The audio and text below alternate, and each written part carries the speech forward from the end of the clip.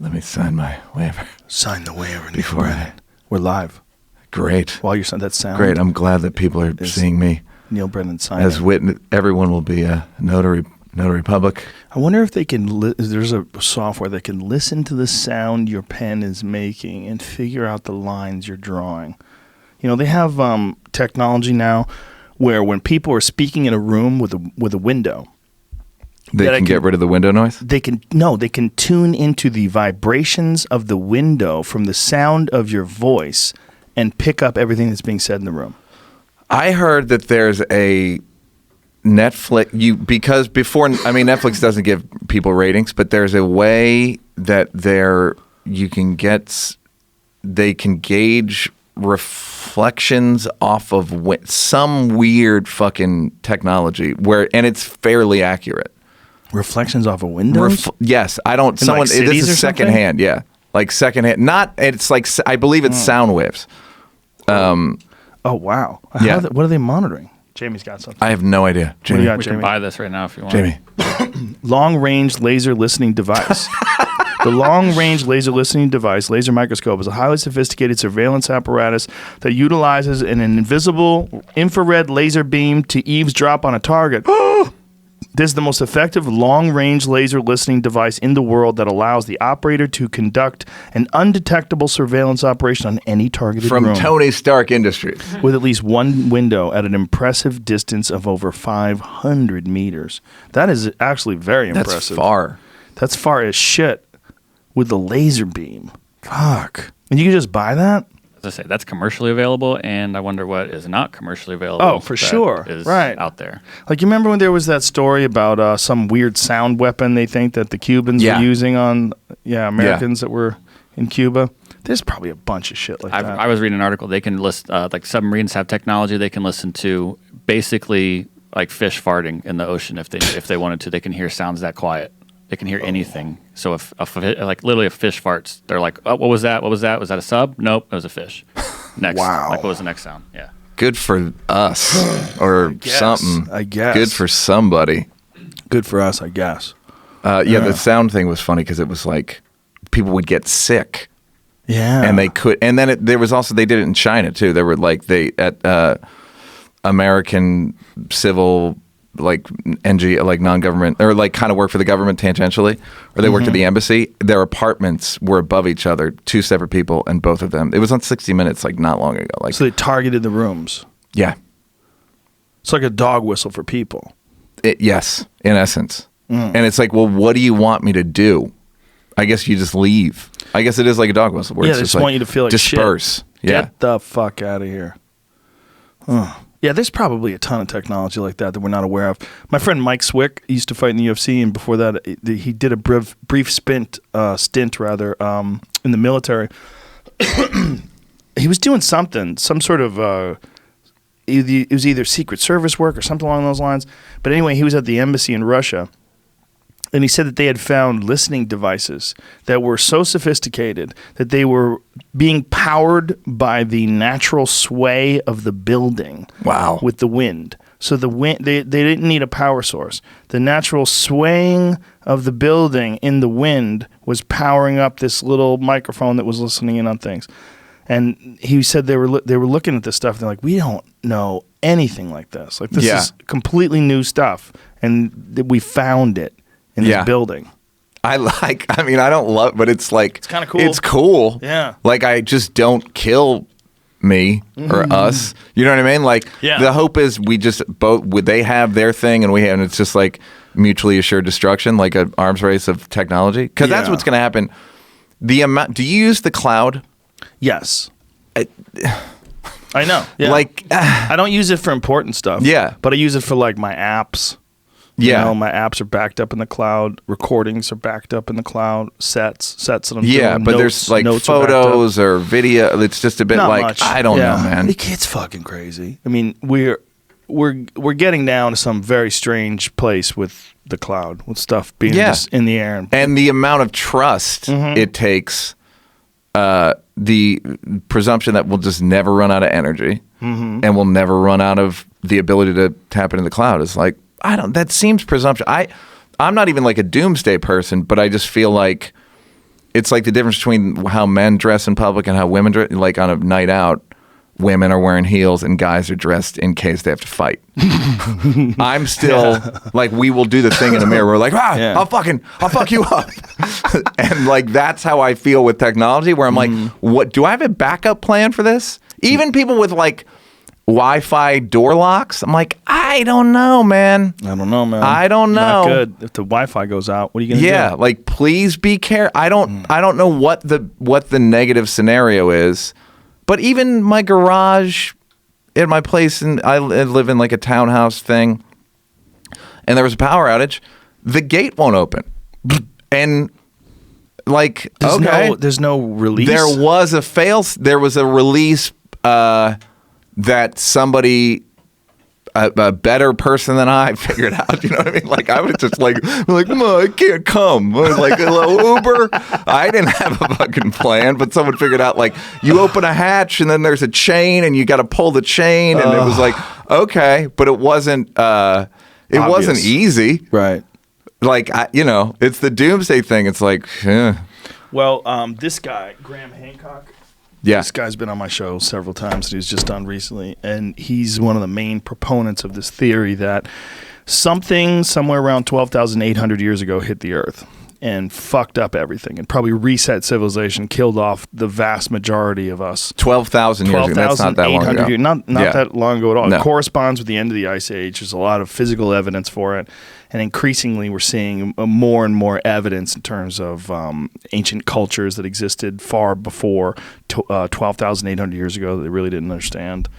They thought people were just hunter-gatherers back then. Now they're finding evidence of things like there's a place called Göbekli Tepe, which is these huge monolithic structures that are made out of stone, carved like huge columns that don't seem like they were made by hunter-gatherers. It seems like there was probably some sort of a lost civilization, and they know that this all happened somewhere around that time, somewhere around 12,000 years ago. So it can happen again. And if it does happen again, all our stuff is on digital now, which is even weirder. It's weirder than books, right? We have books, but the vast majority of most of the data that we all keep and share, we share on phones and on computers. Yeah. And we can't read it. We can't read it without programs. I don't know the software. First thing about do you know what I mean? Like I don't know anything about. I was talking last night. Like I don't know much about the level of education women have about their reproductive organs versus men. Oh yeah. Like my balls. I know about my balls. I know that the medical term is testicles. That's about it. You don't Joe. get them hot. If you get them hot, it's bad. Again, that's like a child's. Yeah. Do you know what I mean? Like it's not and you only know that from like, because I got them hot one time. Right. But I don't know how semen gets to I don't know the name of the tube. I don't know anything. Girls and that's my body. Right. Women know tons. They know fallopian tubes, vulva, cervix, like everything. Guys know prostate cancer. What? My asshole? Yeah. Cancer. And not curious. I mean, like not like curious in a way of like, let's just hope. Just hope for this. It's none of my business. Plus, to get checked out, you have to have a finger in your ass, and everybody puts that off. Yeah. Now, meanwhile, women do that once a year. Constantly. They're always getting jabbed at and swabbed. Yeah, they get the pap smear. Yeah. Smear. Smear's in the title. Yeah. Oof. Ugh. Oof. Jesus. Just imagine if you needed people to come inside you. You needed them to not just exchange bodily fluids by kissing. No, they have to squirt something in you to make people. Yeah. So they have to It's squirt an odd. their poisonous little dirty DNA. Their dirty little fucking infected. It's awfully gross. If you get like 10 feet away from it, you're like, Jesus, I don't know what they're doing. But while you're in the moment, it seems like it's the most logical. You got to do it. Can't not do it. Yeah. Did you, speaking of that, did you see the thing about Gerard? No. If you want to bring it up, but he basically came out a little on HBO. Came out a little to his mom. Said, I've had sexual experiences with men. Uh-oh.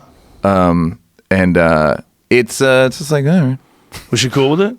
Yeah, she was cool with it. Huh? Yeah. Well, there That's you the thing. When people are like, what do you think? I'm like, I don't, that sexual preference at this point to me is about as interesting as like your workout regime. Like, I just don't care. Like, what are you doing? There you go. Cool. You know what I care about? Are you funny? Are you funny and are you cool? Yeah.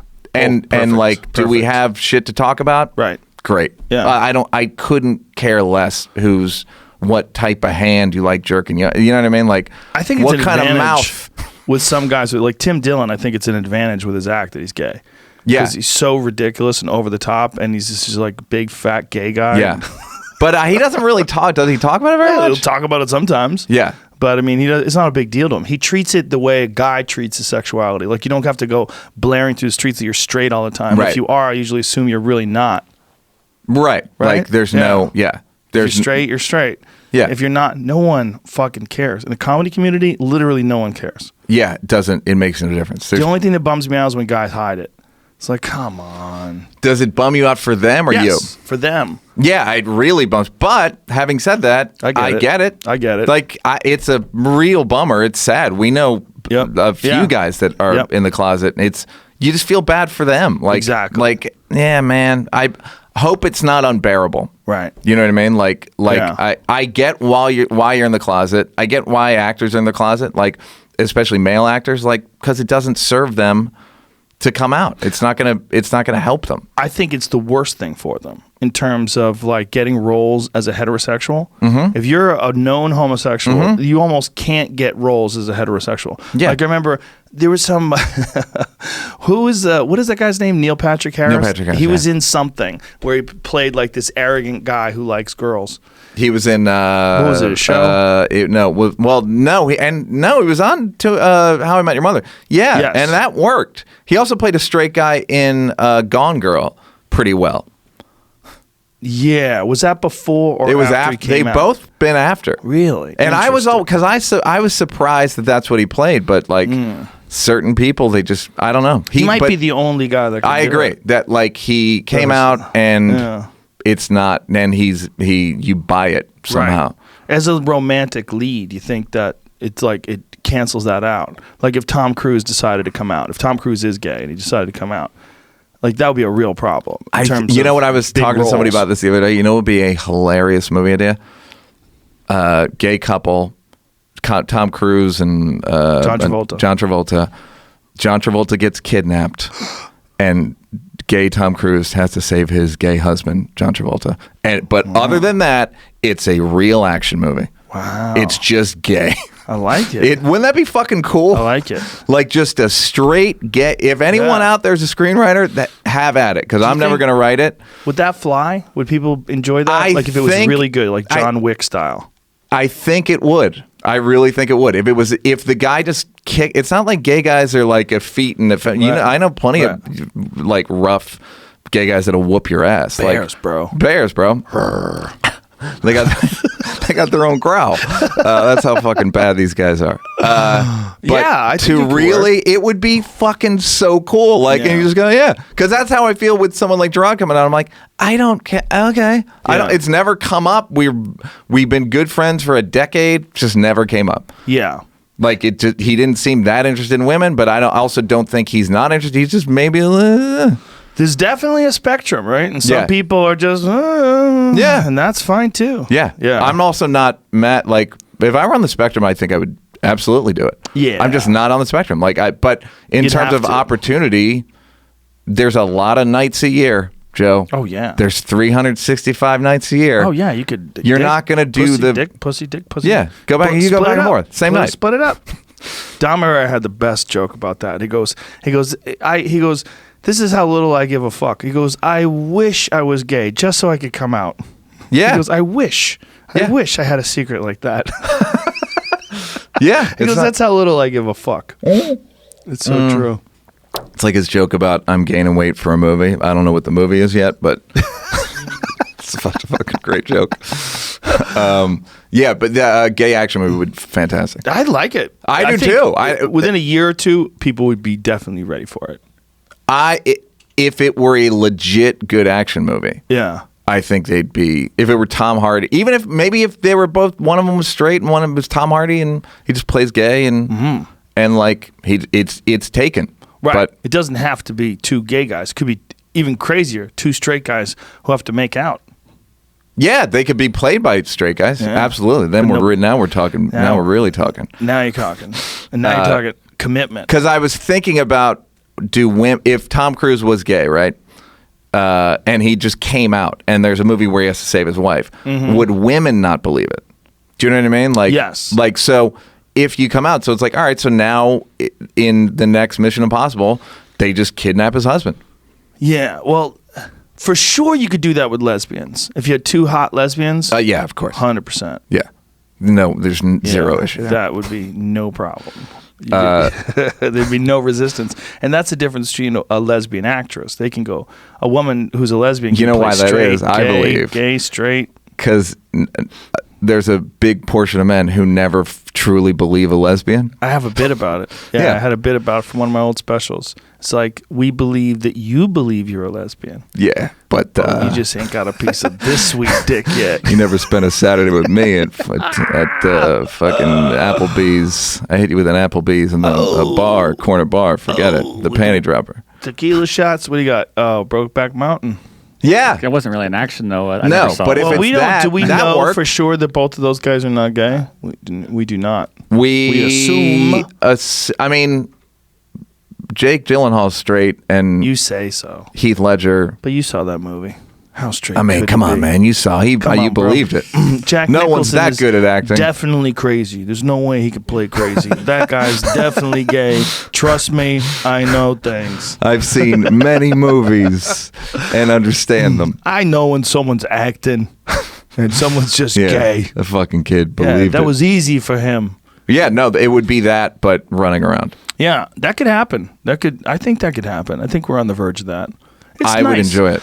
I'm happy for it because then people stop getting free passes where you're goofy but you're gay, so we let you slide with silly behavior. Like no. I want equality. I want me to be able to call you a dunce and not have to worry about being homophobic. Yeah, and no one hears gay dunce when you say it. You just go, yeah, this guy's a fucking dummy. And you're like, hey, dunce. Yeah. Oh my god, you're homophobic. Yeah. Oh my god. Oh my god. Yeah, that's how it would go at the Comedy Cellar. Like, it just like this fucking dunce. That's and what I hear. It would count. Dude, I hear that the Comedy Cellar is like seriously has a social justice warrior infestation. Like they need to like spray the place. Oh, I mean, when I've been there, it hasn't been like that. That's I mean, what I hear. there have been people writing about it. It's like the Comedy Cellar is like the main hub of culture now. It's Is it like the main hub of wokeness? Yeah, I mean, but it's also like the main battlefield of wokeness, where it's like Louis came and there were protesters, and then I couldn't sit at the table, and and it's like, all right. I mean, I don't think it's pull your dick out. Yeah, Some exactly. girl told Louis to pull her dick out, and she was a hero. I was quoting all these tweets that were talking about it, and articles that were written. Hero. She was heroic. I think someone sent me a Louis article today. I think there's just fatigue at this point. Yes. I think people are just like, what's he? I don't. Okay. Like, try to find a new Stormy Daniels article. Yeah. Everybody's like, enough. Yeah. We thought it was going to work. It didn't work. Yeah. He doesn't give a fuck. He doesn't give a fuck. Ah, fuck. He doesn't care. Shit. Dude, Justin Martindale was in, I'll never forget, he's in the fucking hallway of the Comedy Store as flamboyant as he could ever be. Yep. And he goes, that's our Monica Lewinsky. She's going to take him down. I'm like, good luck. Stormy Daniels? Yeah. I'm like, good luck with that. That ain't going to do shit. Yeah. So what's the worst thing that comes out of this? That he fucked her? Or that he paid her to keep quiet and she didn't keep quiet? What's the worst thing? Do we think he doesn't fuck? Yeah, it's all different strains. On like, we knew he was gross. No one cared. The only way that it goes, he raises taxes, or then he'll lose his base, or you raise his taxes on lower middle class people, and if he like doesn't stand by his abortion stuff, but otherwise, all the donors are sticking with him. Everyone's sticking with him. What happened yesterday? There was a new abortion ruling. Was it in Alabama? Yes, that it's literally basically outlawed. I personally believe it's going to backfire. You think so? Yeah, because I think the thing that's always been true is Republicans were against abortion, and they would go and they never got to repeal it, right? Mm-hmm. Right. I think they're gonna repeal it, and then people are gonna go like, whoa, this is crazy. If you don't want to get abortions, fine, but you can't change a law based on a lot of times not even a plurality of like in general elections, like in the general presidential election, like it's not even the majority of the country that elects the president now. Who voted? Was this something that the people of Alabama voted on? No, it's the government, like the state legislature. That is a slippery slope. Yeah, and it's like you're doing 99 years in jail if you give an abortion or get one. Yeah, that's what it is now. Yeah, that's what it's gonna. Shit. That's the law that they passed. I just personally believe that. I mean, I'm obviously hopeful, but it's a bit like, nah, that's too far. It's a bit like when they made Clinton testify, and people are like, that was too. That was like the too far. A line was crossed when they made Clinton testify about his sex life, and it was like, we don't like that. We understand that you wanted to rebuke the guy, but don't make the president. And I feel like I'm hoping, and I believe it's true, that it will be too far afield for moderate people. I hope you're right. And it's very dangerous when you just decide that no one can do it anymore based on a few people's decision that is going to affect the millions of people that live in Alabama. How many people live in abortion laws Alabama? are odd because the assumption is the reason Christians want to outlaw it is because they think God is going to say, "What's with your vote on that?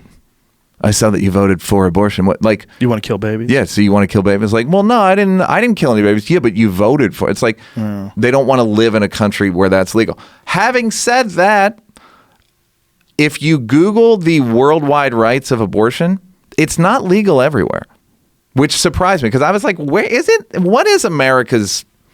Where do we stand within the rest of the world? And there are not a ton of countries, but there's I think it's illegal in a quarter of the world. Wow. If not more. Well, abortion is one of those things where it's like, okay, when does it bother you? It doesn't bother me at all if you're 2 days pregnant. It doesn't bother me at all. It bothers me a little if you're 4 months pregnant. It bothers me a lot if you're 5 or 6. It bothers me a lot. If you look really pregnant and you get an abortion, it's like, what is that? Is that a baby that would be viable outside the womb? Because it's one of those, it's something that people just have a deep discomfort about when discussing.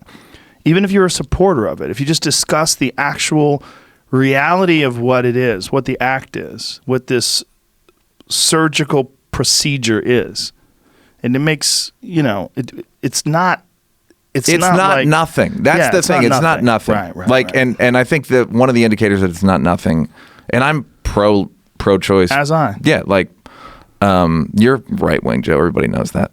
Super. So I'm so far right, I go the other way. I'm left. Catch on the backside. I actually do want to talk about that. The presumption about you.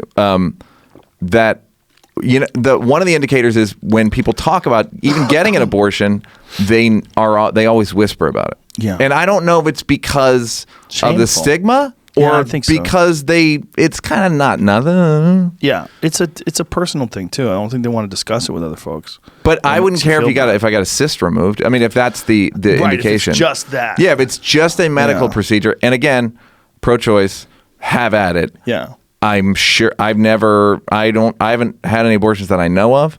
But I don't know at what point I'd be like, And these attitudes about the taboo of discussing it, though, it impedes rational discourse. It impedes your ability to talk about things and communicate about them, because you have to have this very rigid opinion that you're always pro-abortion, pro-women's rights, women's right to choose, which I am. It is, but we're still talking about a real thing, and that real thing is killing a thing that would grow up to be a person, and that's why people freak out about it. And to pretend it otherwise is just disingenuous. Louis was the first one I heard talk about that on stage in a way that was funny. We're like, if they think they're murdering babies down there, I'd protest too. Yeah. If there was a place that I thought these people are murdering babies, right, I'm out there every day. Yeah. He's like, I don't care. I personally think they are murdering babies.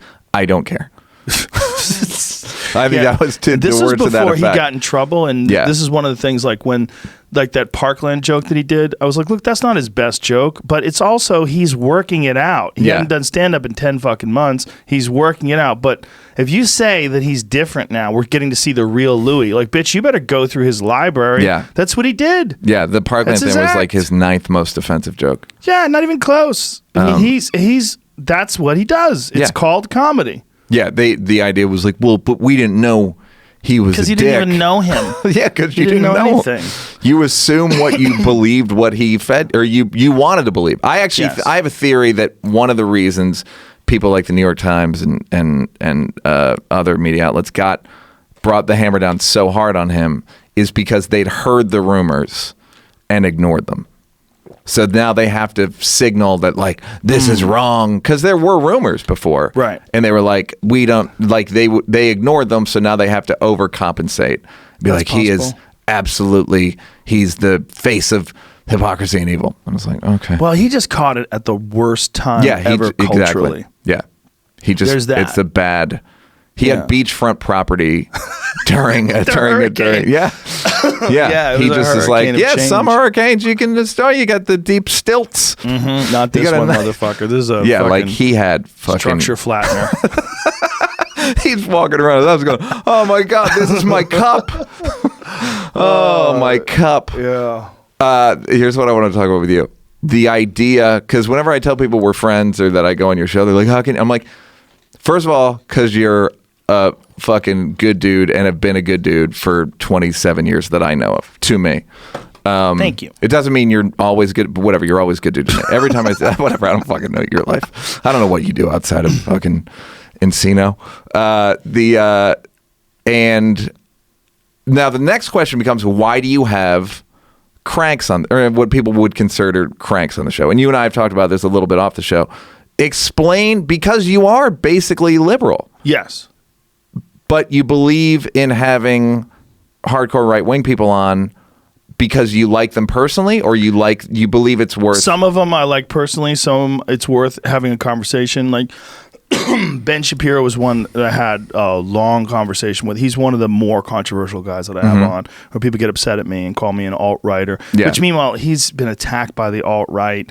You know, he wears a yarmulke, for Christ's sake. I mean, he's not alt-right. He's not a white supremacist by any stretch of the imagination. He was the #1 target for anti-Semitic remarks in the entire world he's a Jew. 2016. Well, there's that. There's definitely that. Look at him. He's a Jew.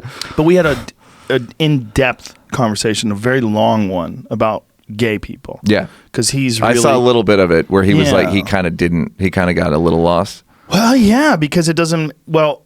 He had two different takes. Here's like David Parkman had an interesting take on it. Parkman said that if you look at his explanation, because I asked him a couple things. I'm like, do you really believe that Moses parted the Red Sea?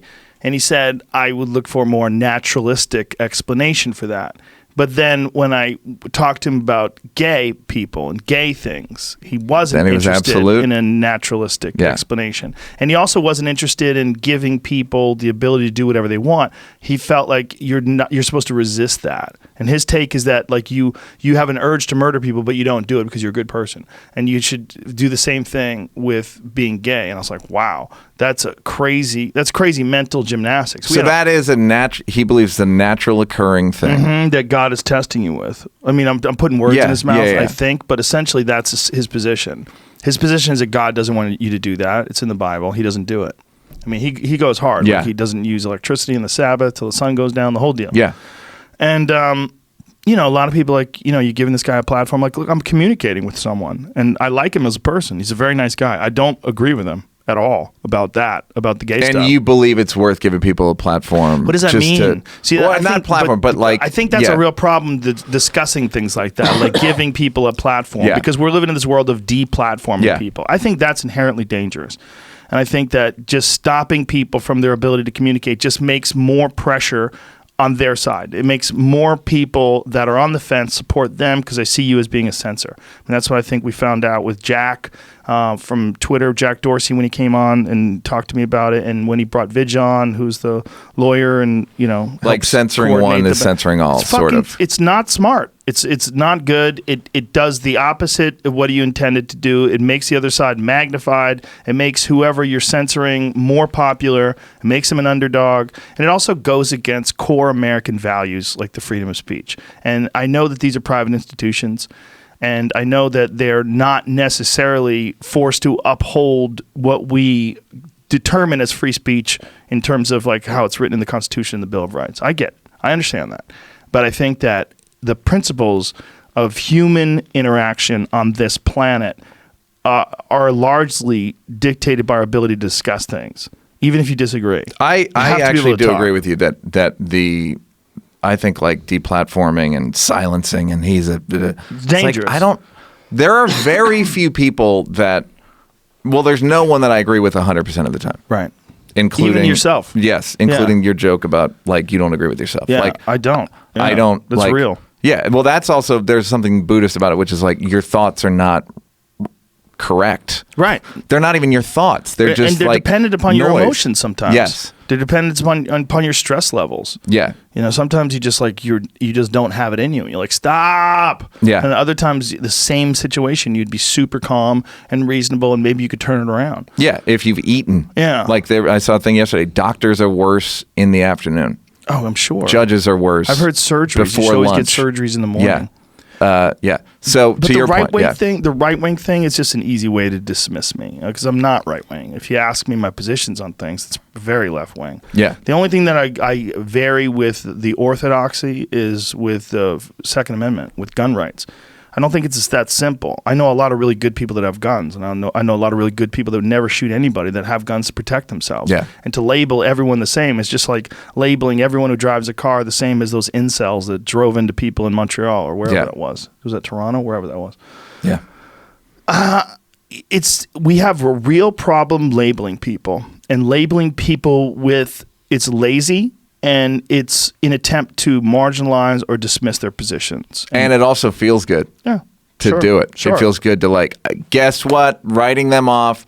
I'm superior. I have a very clear moral view. Mm-hmm. I'm taking out one of my moral paintbrushes and zoom, you are that. And even if it's not a moral position, even if like that Neal Brennan, he's such a left-wing cuck. Yeah. He's a this and a that, and boom, and there you go. I got him in a box. I'm going to put a ribbon on it. Yeah. Ship him off. So you've read the comments when I'm on the show. Canceled. You're canceled, I heard. Yeah. So I brought up that makeup boy.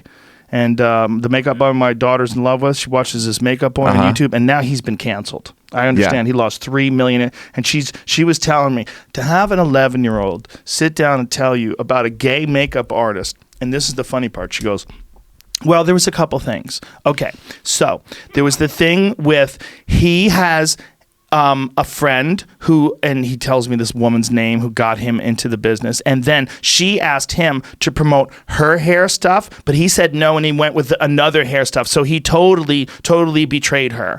All right, it's like my 11-year-old's telling me this, and then this was the best part. She goes, there was also some talk that he's gay, and there was boys that were not gay, and he tried to get them to be in a room with him.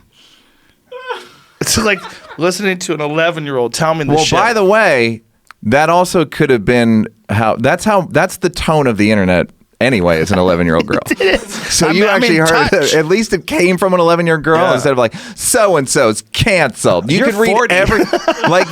You're a fucking 40-year-old adult.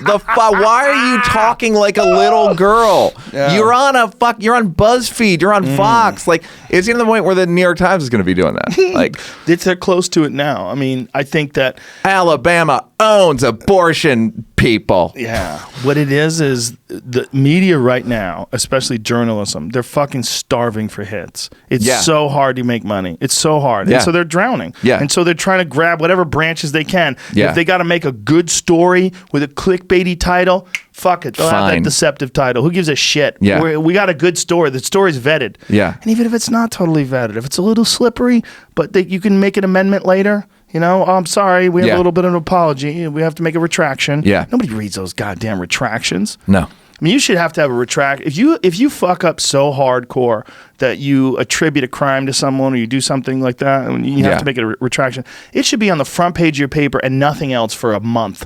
That's it. This is your newspaper now. Yeah, I'm sorry. We don't get to tell you the news anymore. Yeah, by the way. Because we fucked this up so hard that we printed out to millions of people. You don't get to just put in a little column in the corner. Yeah. We'd like to apologize. We fucked up last month. Also, 9/11 happened. Also, planes run into the World Trade Center. It's fucking too hard to be a journalist, man. Well, this is what another thing I want to talk to you about, which is absolute meaning if you believe, like, I still believe in, like, institutional journalists. I believe in New York Times. I believe in Washington Post. Like, so, and you used the fact that they wrote about a UFC fight. They just said he was bloody, the McGregor fight where it's bloody and he wasn't. It was just a very bad description. It was very inaccurate. I'm like, why would you do that? Like, you guys are crazy that the New York Times is allowing this completely inaccurate description of something that millions of people saw. Yeah. It's so silly. And it makes everybody question everything else you say. And you might think it's trivial because it's just a boxing match.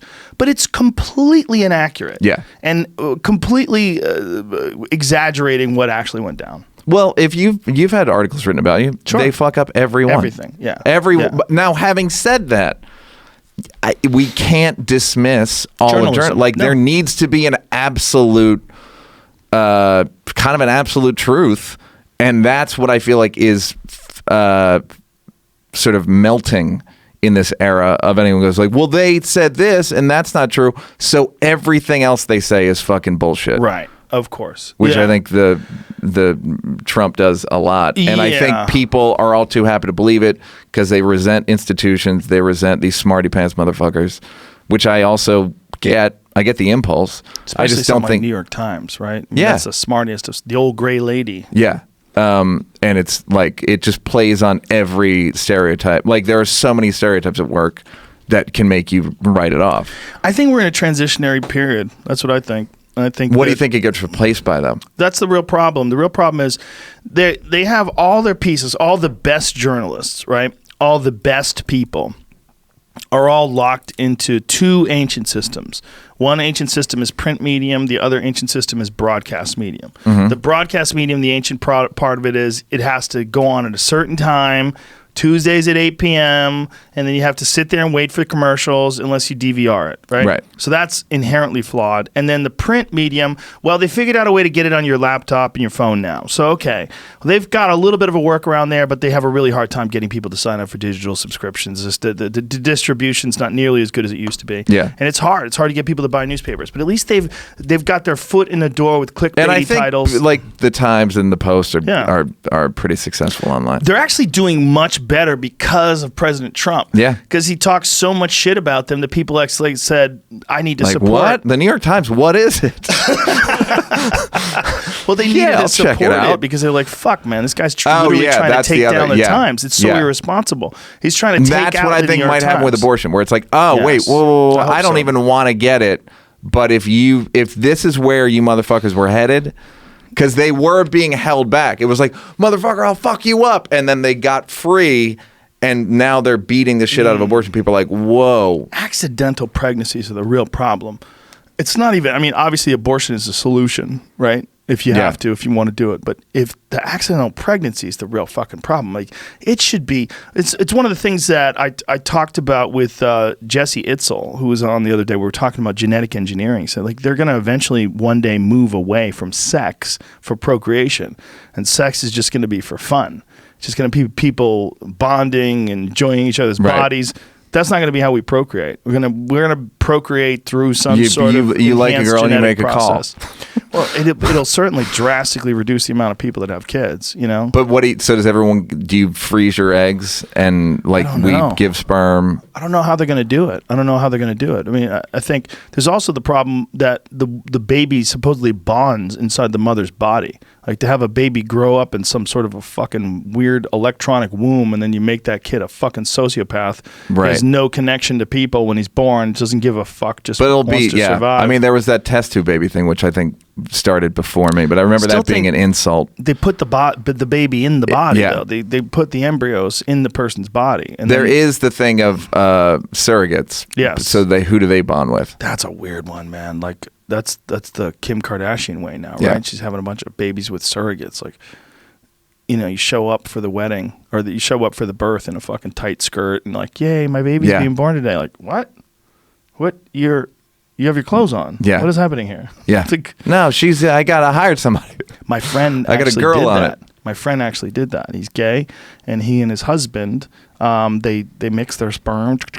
They shot it in a turkey baster or something into some gal. I don't know how to do it. Something. I might be making this up. You don't follow science too tight. Anyway, she got pregnant. Their surrogate got pregnant, had the baby, and decided to keep it. decided she couldn't part with it, and it's their baby, so it's their DNA and mixed with hers, and she decided to keep it, and she got away with it.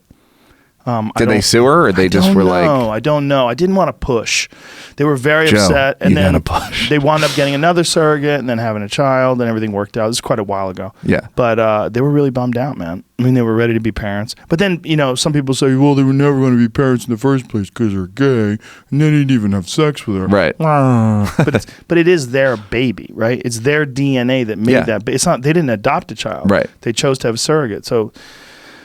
Yeah, no, it's complicated, and it's getting well. That's the thing of like, it feels like the level of danger and difficulty in the world is just getting steeper by the day. We're like, wait, what? And then there's always global warming. And you're like, oh fuck. Did you see the science guy Bill Nye going crazy, screaming? And he was on Oliver or something. The planet's on fucking fire, and it's getting a little silly. Yeah, I know. Like, bro, we're all right. Go to Antarctica. Planet's on fire, bro. No, I saw a thing that Antarctica was like 84 degrees. Oh my God, it's on fire. I mean, yeah. Is it really? Do you really see something that says Antarctica was 84 degrees? Something in the Arctic Circle is 84 degrees, like 3 days ago. Fuck is that?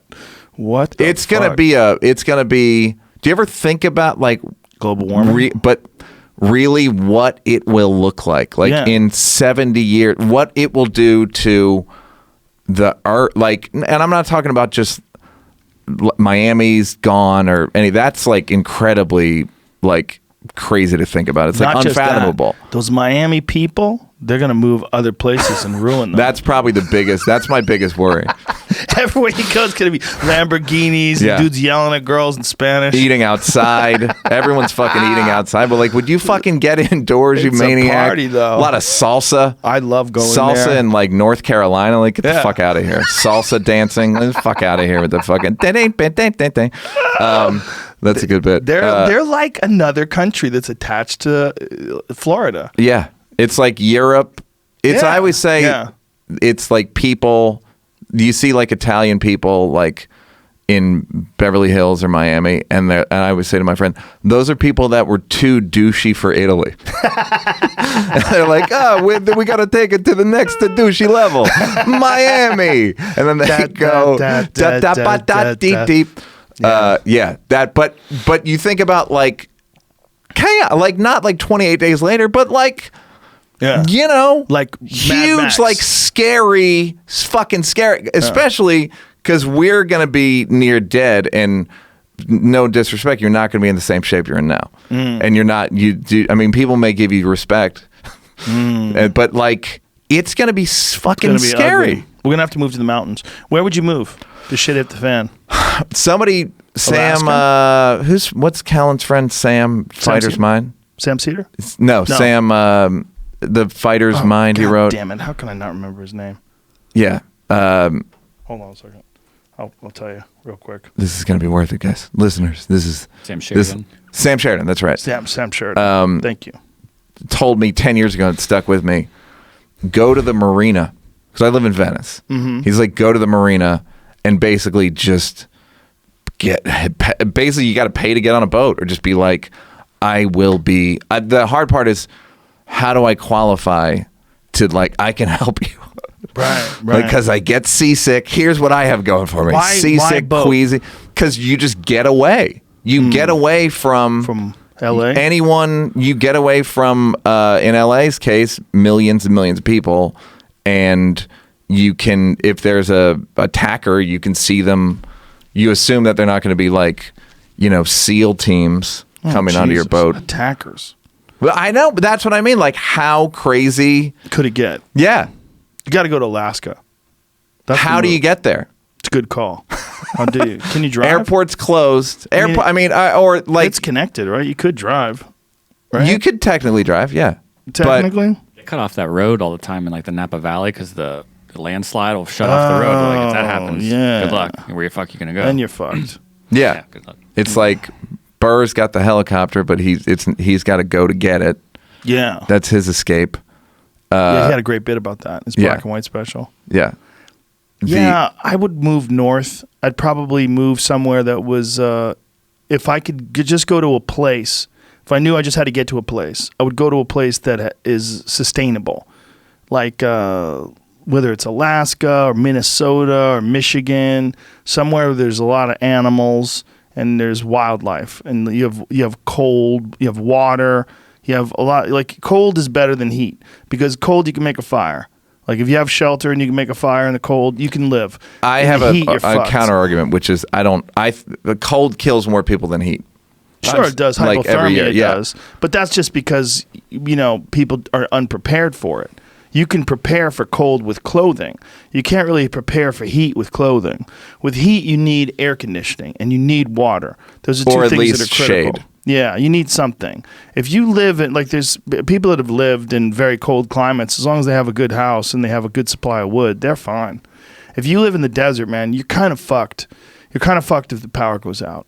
You don't really have anything to keep you cool. You have to stay in the shade and stay indoors, but it's not good enough when it's 110 degrees inside and it's 125. If you're 130 hydrated, outside. though, I don't think you will just die from heat exposure. No, you won't, but you're not going to find a lot of water. One of the problems with global warming is going to be that things like lakes and streams there's going to be less. There's going to be less water. There's going to be less dribbling down through the creeks. Creeks are going to dry up. Streams will dry up.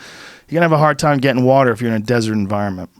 If you have, by the same token, if you have enough water, you have as much water as you have wood. Obviously, it's not a one-to-one analogy because you can go get more wood easily. Yeah. But if you had a shitload of water, right? Yeah. If you just had I hear your thought about getting cold, but I don't know. If I had shade, I guess with cold, you don't have to have electricity. You don't have to have electricity with cold, and also you have more of an opportunity to find animals. You'll find more animals in cold climates than you're going to find More in hot delicious climates. animals, for Yeah, sure. Yeah, more things to eat. But you could still easily starve to death. Like the idea that it's easy to go out there and shoot a bunch of animals and eat them all the time, like not most places. Most places you don't have an abundant enough supply of wildlife. You're also a guy who does archery, so Yeah, I know how to. you have I skills would. for this. And for I would this. still be panicked. I'd be like, fuck, this is not good. If I had to feed my family with a bow and arrow, first of all, I'd say, okay, how many arrows do I have? I would have to make sure that I have enough arrows. I mean, you have to practice too. Archery is not something like a rifle. If I have 100 rounds, I can kill 100 things. I don't really need to practice that much if my rifle's not off. I have good trigger discipline. I'll pull through the shot. I'll try not to flinch, and I'm not going to take literally anything the two of those three things. unreasonable. I have no fucking idea what you're talking. When you're Meaning, shooting, you don't want to anticipate. Right. You don't want to anticipate. I go. You don't want to flinch when the trigger goes off. So a lot of guys like Tim Kennedy, who's a friend of mine, who's one of the baddest motherfuckers in the world, he'll practice with dummy rounds. So he has regular bullets and then 4 bullets are just not real bullets. So it's like bang, bang, bang, click. And then he has to get rid of that bullet. But at least he knows if he was flinching. Because if you're flinching, you'll see this movement where there's no gun goes off, the bullet doesn't go off, but you make that weird move because you're anticipating the shot. And that's the way to train yourself out of it? Yeah, you have to do something like that. You have to have what's called trigger discipline. Well, first of all, trigger discipline means don't put your finger on the trigger, but also the way you squeeze. You got to just squeeze, and let the shot go off by surprise and not react to it. It's the same thing with a bow and arrow. You have to have a surprise shot. You want to concentrate on the target, zone it in, and which feels like you kind of can't even be there. Meaning, like you just have to be like, I'm doing a thing. Yep. Like you can't think about the release. You have to just think about the target. That's very astute of you. There's actually courses. There's a guy named Joel Turner who has this whole course called Shot IQ. He teaches first responders like SWAT teams and shit about trigger discipline and about how to shoot properly under pressure. And he works with people with archery with the same thing because it's a psychological thing. To be able to, but my point is, with a bow and arrow, you're kind of fucked. You need a lot of goddamn arrows. You need to make sure that bow's going to stay okay. With a rifle, animal too, like a deer. Well, deer or bear would be like the most edible things. Yeah, you want a bear. If you have a bear, you could eat that motherfucker for a long time, and you could take that fat and you could render the fat down, and use it for cooking, and use it for, you could do a lot of things with it. And that meat is a lot of meat. anything big. You want a big animal because you want to be able to dry it out, make jerky. You want to have something that's going to sustain you for a few days or weeks until you find another animal. You're going to want to dig a hole in the ground to make some sort of cold storage. You want to get below like the frost line. Yeah, because you gotta protect it from other bears. Yeah, you're gonna have to do a lot of things, and you're probably not going to make enough food. It sounds hard. It's the hardest. Every time I go on a hunting trip, I always think, like, imagine if this is the only way I could get food. Yeah. It's so goddamn hard to get close to an animal. It's so hard. Yeah. People see videos of it, like on YouTube, and there's the deer, and you draw your bow back, and you hit it in the heart, and the deer's down, and everybody celebrates. Yeah. What you don't see is days and days of waiting. hiking all day long. Just go. If you could watch from a live stream of the moment a hunt starts to the moment you're successful, and you just sat through the whole thing like it's a fucking Games of Thrones marathon, then you would understand it. But even then, you wouldn't really, because you wouldn't be out there in the cold, exhausted, hiking uphill, going thousands of feet up and down at elevation. Yeah. And then the wind shifts and the deer smells you and it darts off. You're like, fuck. It's hard, man. It's like tedious. And to survive off of that, see, I'm doing it for my own food, but if I don't get a deer, I'm going to live. I'll go to a restaurant.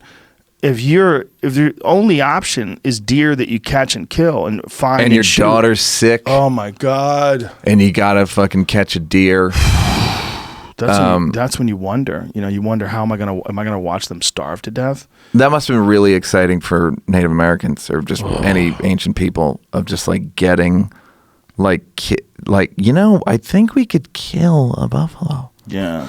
Right? If we all have to be fed, like we all have to team up, and that's why humans have survived. But like, it must have been so fucking like a celebration, like an Ewok celebration. You know what's crazy? To this day, there are these areas where they find a lot of arrowheads because they would drive these buffalo off cliffs. Yeah. How fucking nuts is that? Like, they know the spots where they would drive them off cliffs and fall down. And sometimes the bodies would decay because they didn't eat all of it. They couldn't. Right. They did 100 buffalo fly off a cliff. There's only 1,000 Native Americans in this spot. What the fuck are they going to do? Yeah. They're going to eat as much as they can. How are we going to get rid of this meat? But the rotten ones literally exploded and caused a forest fire in one area. They think a forest fire was caused by a rotting pile of buffalo that eventually exploded. Like a whale explosion? Yeah, kind like of thing? that kind of deal. Google that. Make sure that's not horse shit, because it sounds like a lie coming out of my mouth. They believe that a rotting pile of bison was responsible for starting a fire.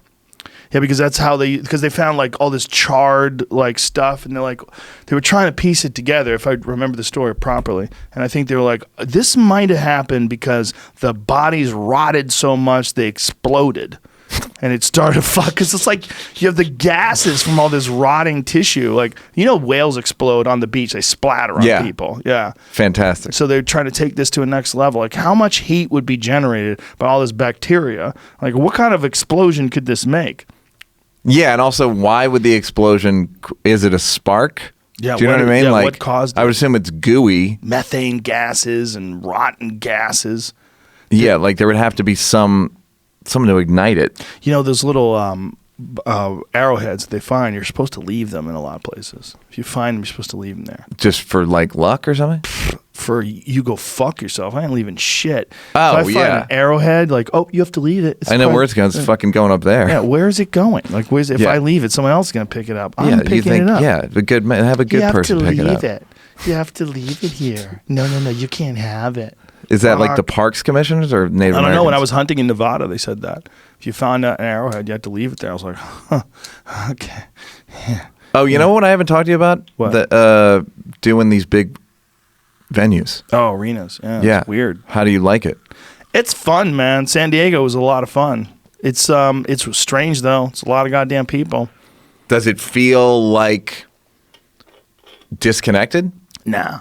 No, it didn't, surprisingly. San Diego's interesting. Like, the people that were in the front, they were right there, man. It was How like many the is store. It's 7,000? No, San Diego was 12-something, almost 13. Close to 13,000, yeah. It's unbelievable. Yeah, it's a lot of people. And it was in the round? Yeah, that was weird, too. And did you have a plan? Nope. Like, because like, I did a lot I of guess sets. you can't really think about. You can't worry about the people that are behind you. You can't. You got it. Well, they have giant screens everywhere, Right. so everybody got to see you.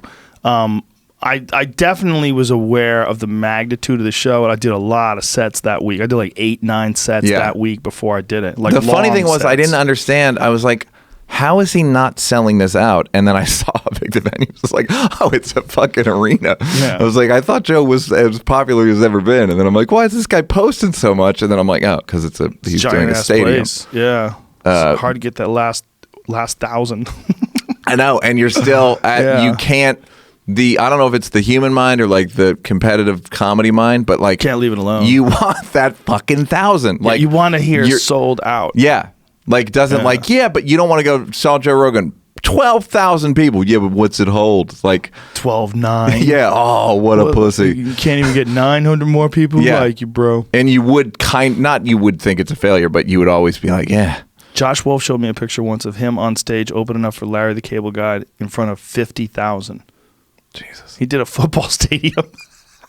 Jesus. Get her done. Well, that's what Kevin Hart does. Those big. I mean, he did his one of his Netflix specials. Yeah, like 49,000 people. Yeah. Something fucking insane. That I wouldn't want to see that shit. I wouldn't want to go to that. Weird. Third balcony. Like, what do you even? I mean, I don't know. Well, I guess people like communal experiences like that. Yes, I think that's a good way to put it. But like when a venue's 50,000, you're just far away. Yeah. But I guess if you like the screens and everyone's in there together, you've created a culture, so people go to be a part of the culture. Kevin's created a culture. Larry the Cable Guy created a culture. So people go. It's like to be around their brothers and sisters, kind of. Whoa. Kind of. I mean, heavy. straight up though. Like, not like it's even intentional. That's the thing I like about podcasting as a successful medium, and your podcast in particular, is like the shit you're into comedy, you're into fucking weed, you're into UFOs and the unexplained, you're into government conspiracies, you're into gender issues, you're legitimately into all this stuff, and you created a tent where everybody feels like welcome. Like, hey, it's going to talk about the thing that I'm like, you're interested in a lot of shit. Genuinely, you're not going, I'm only interested in comedy or more niche about it. You just like this shit you're into. You're into inventions and fire and guns and hunting. You're just into a bunch of shit legitimately, and you express it and people love it. well, that's the difference between actually being into shit and talking about the things you're into versus talking about the things you think will be popular. Right. Yeah. You can't do that for.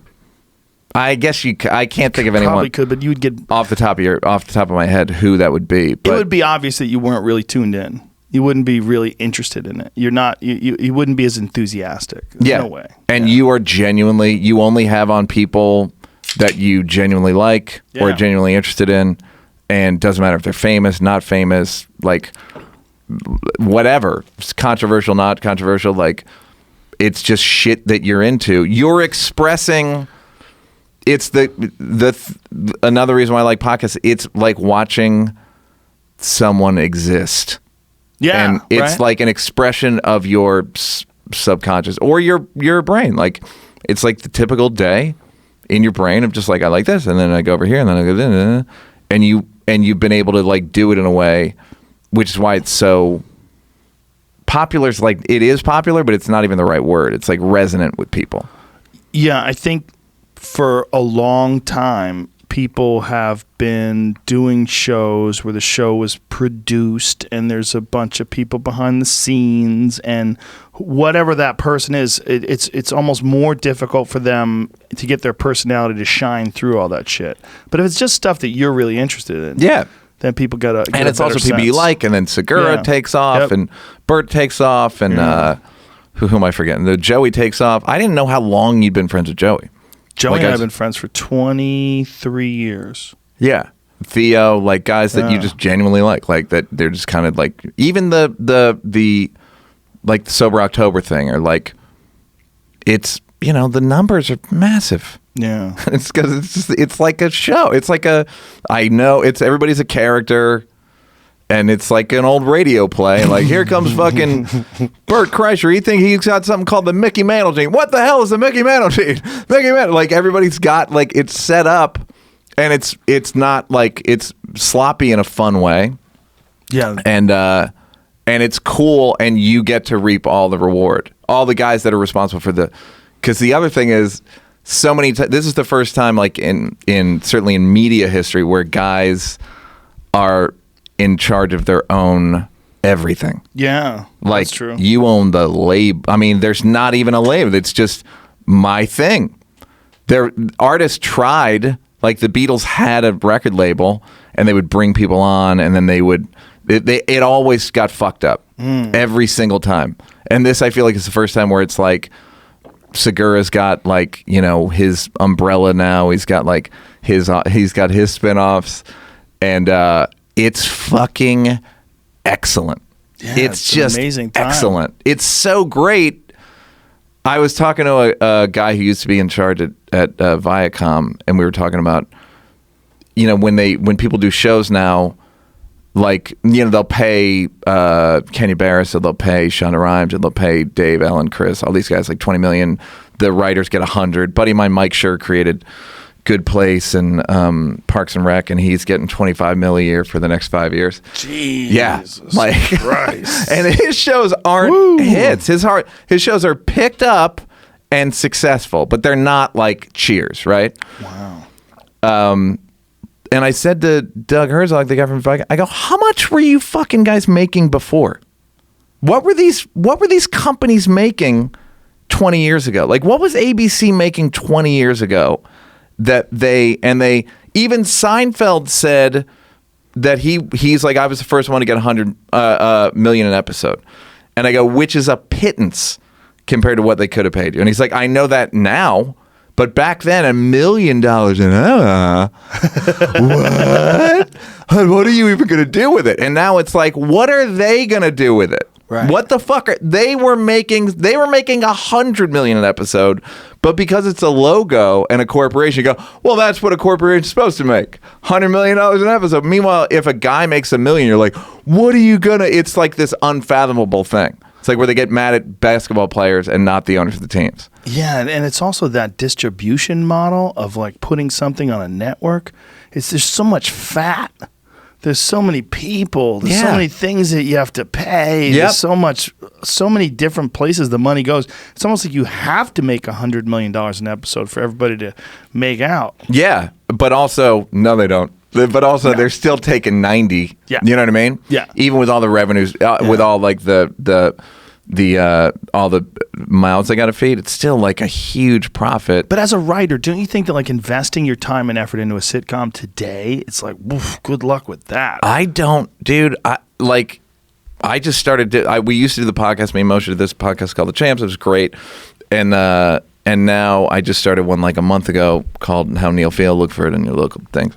How Neal Feel? How Neal Feel. That's the name of the podcast. Got a theme song, everything. It's very stupid. But I was like, why am I trying? I did a pilot like a year ago for a network, and they gave me notes, and I was like, oh, I forgot about notes. I forgot that they were going to give me notes. Like, like I don't. Just let me. That was always the thing that me and Dave got to with Comedy Central, and they finally left us alone after like 6 episodes, where I was like, let us show it to the audience and let them decide. We don't want to bomb. We want to bomb less than you guys do. Trust me. Trust me. You've never met two people who want to bomb less than me and him. And so they'd be like, well, we don't. And they're like, let's show it to the crowd. If they like it, then great. And if they don't, then we did this real world sketch, and they didn't. They were like, we just think it's a bunch of unfunny scenes back to back, and we were like, let's just show it to the crowd. And then we showed it, killed, and they were like, all right, we don't know what we're talking about. They literally said, we don't know what we're talking about, so do whatever you want. It's a bunch of unfunny scenes. What a fucking God. Yeah. Oh, those people. But that's the. I get that they feel like they have to do something. Yeah. But comedians are willing to like all our skins in the game. It's our hide every time. So why do you feel the need to like correct us? Or I don't mind if like a executive is like the first audience, Do you know what I mean? Or like, hey, your Yeah. shirt's fucked up, whatever. Like a minor stuff. But it's like material wise, most of you are not good at divining what's special about somebody or what's an innovative segment, or you know what I mean? Like they don't even think about that. They're ambitious people who are just like working their way up a thing, and they're like, is it my turn yet? Right. I get exactly. I get to put my stamp on it now. Yeah. Yeah. They want to add something, even if it's irrelevant. Like I had a joke when we were doing Half Baked. I'm going 2 for 2 with Dave, but we were doing Half Baked, and I said to Dave, I go, we should do a thing at the end where we should just say, hey, let us do whatever we want, and at the end we'll pass a hat around, and you guys can take credit for something. Because ultimately, that's what you want. You want to be able to take credit for something. Right. Don't fucking make us do it. I know you just want credit. That's all you want. You just want to feel good about yourself. You want to feel like I contributed to this thing. But let us do the thing. You know what I mean? Yeah. And if you're like you, who just been, how long you been doing the podcast? Almost 10 years. Yeah. It'll be 10 years in December. You're going to do a big network show about, network anniversary special? AM radio. That's hilarious. I've been thinking about taking over an AM radio station for the day. That's so funny. That would be really fucking funny. I wonder if they'd let me. But even like when we used to do it in your house. Yeah. You know what I mean? Yeah. Like, and it's like, dude, that was a long time ago. You were on an episode at least 7 years ago. yeah. Yeah. Yeah. I did 2 in your house. That was back. The kids would be in the background yelling at each other and shit. You'd hear it in the hallway when they were little. Yeah. It's crazy. Number 114. Wow. Episode 114. So how many, that's 2 years, year and a half in? Yeah, probably. What is episode now? This is 1298. That was 98? No, this is number 1298. No, I was like, what is that? It was 98 when the podcast didn't start. 1,100 episodes ago. 1,100 episodes ago. Yeah. And it's Look at from, you. look at me, I had Faux Hawk. Look at you, beautiful bastard. Look at Faux Hawk, 80% nose. That was before I realized I should put beard on, wear a little beard, wear a little scruff. Podcasts are a very, very strange thing, man. It's just this. No one saw this coming, and everyone can start one. But Anyone I don't can do even it. think you saw it coming. Do you know what I mean? No, like I saw don't. it coming. Yeah, I like didn't see this. yeah, like presidential candidates are on my fucking show. I Yeah. had Tulsi Gabbard on yesterday. She's yeah, running for president. Yeah, I didn't watch it, but yeah, she wanted to talk about real issues that affect the world. I'm like, okay, yeah, weird. yeah. And I'm sure. Do you feel? I mean, you kind of can't change your ethos. You can't be like, I'm a role model and I need to. No, it's not. No. I'm just gonna be me, and the world's gonna be weirder, but it's just me. But it's also the thing of like when you're in these like development TV movie worlds and you're like, just let me talk. Right. Just fucking let me. Like, I promise it'll be interesting. Like, it won't all be interesting, but it'll be Interesting enough. It'll be interesting enough, often enough. Yeah. That just let me talk. Well, I couldn't imagine giving up that reins to someone now. Like if all of a sudden we brought in some sort of a producer or a network that's like, look, we're going to take this podcast to the next level. But you got to listen to me, Joe. Yeah, you Joe, gotta wear a couple nice shirt. things. That episode you did with Elon Musk, one of the great reasons that show was very successful is the way you were dressed. Yeah. I know you don't like to hear this. We tested it. Yeah, we tested and it. it had nothing to do with him being weird and smoking weed and having a fucking You wore a nice flamethrower pink shirt. You wore a nice shirt. Is there even you could never decide. You could never test like whether a podcast is going to be successful. You could never. You couldn't because organize it. it's all word of mouth. It's just weird. Fucking, they like it. They like it. Like a conversation like this with you and I. We're actual real friends. Yeah. So when we talk, it's very evident. We have chemistry. Yeah. What's known We know as each a other. chemistry. Yes. We like each other. Yeah, that's right. It's normal. Yeah. Yeah, and it's so not people like get someone to else. Right. They're like, it says are here. you enjoying your time here on this earth? Well, that's the thing. Doing this, and I remember telling somebody like it's like doing the Tonight Show in '78. in terms of like, I was in Singapore and a guy came to the show who saw me on it. Like it's not even worth knowing. If you're you, it's like fucking don't worry about it. Yeah. Just show up and talk. But I can't pay attention to that. Yeah, It'll but be paralyzing. Yeah, but the So I'm like, the funny thing is when you do TV, when you do something that's going to be seen or heard by this many people, like a TV show, if I do Seth or The Daily Show, like I prep. This, I'm like, fucking, Yeah. I don't know. Well, we talk about, like, so many times I'll run into you at the store, and we basically have like a 10-minute podcast in the hallway. Yeah. You know, we just start, and you'll say, have you seen this? Yeah. Like, you pull me aside, like, have you ever heard about ketamine? Yeah. I'm like, what? And then all of a sudden you're telling me you're taking ketamine sessions. But and that's the thing. There's no there. You can't prep, and it would be odd. You couldn't explain it to people 10 years ago. Like it'll just be people sitting and talking. Now the comedians are by nature pretty entertaining. At the least good pretty ones. talkative. Yeah, at least pretty talkative, and and on the high end, entertaining and funny. Ari had the worst advice. He's like, you got to edit it. You're doing it for an hour. Just do it 1 hour and edit it. Yeah. I'm like, all right. Now, no one's going to listen to 3 hours. Do you know when people turn it off or anything? Nope. I know that the average time that someone watches on YouTube, we know that, which is like what? 35 minutes or so. 35 minutes on YouTube, which is a lot. Yeah. So that's it, because the average is like 15 seconds. Like what's a normal average on YouTube? Like 3 or 4 minutes, yeah. Like for everyone that watches for 10 seconds, there's someone that watches for an hour and a half or 3 hours or whatever. So the average would be like 3 or 4 minutes for a normal channel. Yeah.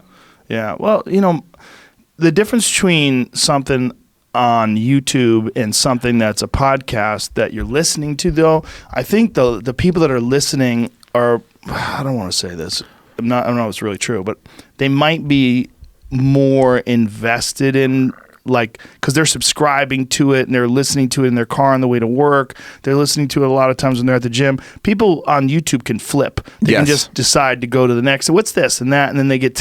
You don't get taken down a rabbit hole with podcasts, with audio podcasts. You just listen. Yeah, to you listen to the whole thing, or you go to one of your other. Yeah. Whereas YouTube, like, you could stumble upon this accidentally right now. Someone might be stumbling upon this very video right now on YouTube.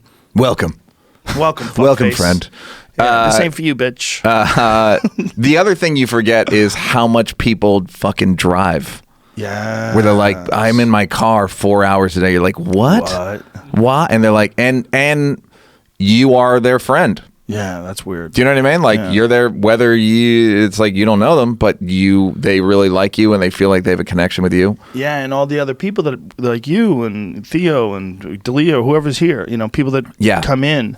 Yeah, then those people become characters in their little world play as well. Yeah, like you'll see it in the comments of like, this fucking skinny fuck is like literally like this skinny fuck is bad. Do you read the comments? No, well, the last time I did it, the comments were so bad that I didn't even. You texted me. I was like, boy, they must be very bad, because you were like, we did something right or something. I was like, well, they must be awful, and then.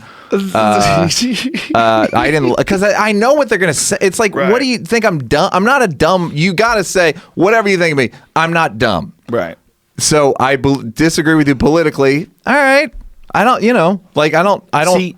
That's one of the reasons why I bring people on that I don't agree with. I think it's important to have conversations with people, whether on the left or the right, that you don't agree with, just to find out who they are and what they think. Yeah. And just to have discussions. It's also with like people. Testing your own feelings about 100%. it. Like, just like, okay, no, that's all right. I still feel, having heard arguably their best argument or a very cogent argument for their side, and you go, yep, I think the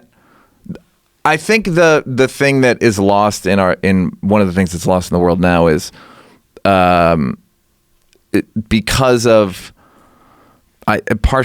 the internet or blogs or whatever, where you have to be 100% in every belief, and it's like, I'm not 100% in any belief. No, there are some beliefs where I say I'm 51%. But that still wins. 51% is still the thing I tell you. Yeah. Whereas people can't believe, you either got to be 100% or 0. You're a cuck or you're a fucking stud. Yeah. Like, and there's no like, well, abortion's a perfect example where we're both like, I'm for it, but it's pretty brutal. Or it's a severe thing, or whatever and you're not allowed to have a butt anymore. You just can't go, I have a measured point of view, and I took the vote in my head, and it's 70-30. Yeah. you're not. And if can't. you change your mind, somehow or another, that's bad. That's someone said, well, not just one person. Many people said, you flip-flop on things. Like, no, I consider things. Yeah, and I it's change not. my It's also perspective. not. When politicians do it, it's because it's politically going to work in their favor. Yes. You do it because you've thought more about it, or you heard the right argument at the right time, and you just go, okay. Yeah, I change my opinions all the time. I'm not married to those fucking things. I don't need them. You know, my opinions are just ideas in my mind are something that should be explored. And there's certain ideas that I just hold steadfast. Don't rape, don't murder people, don't steal.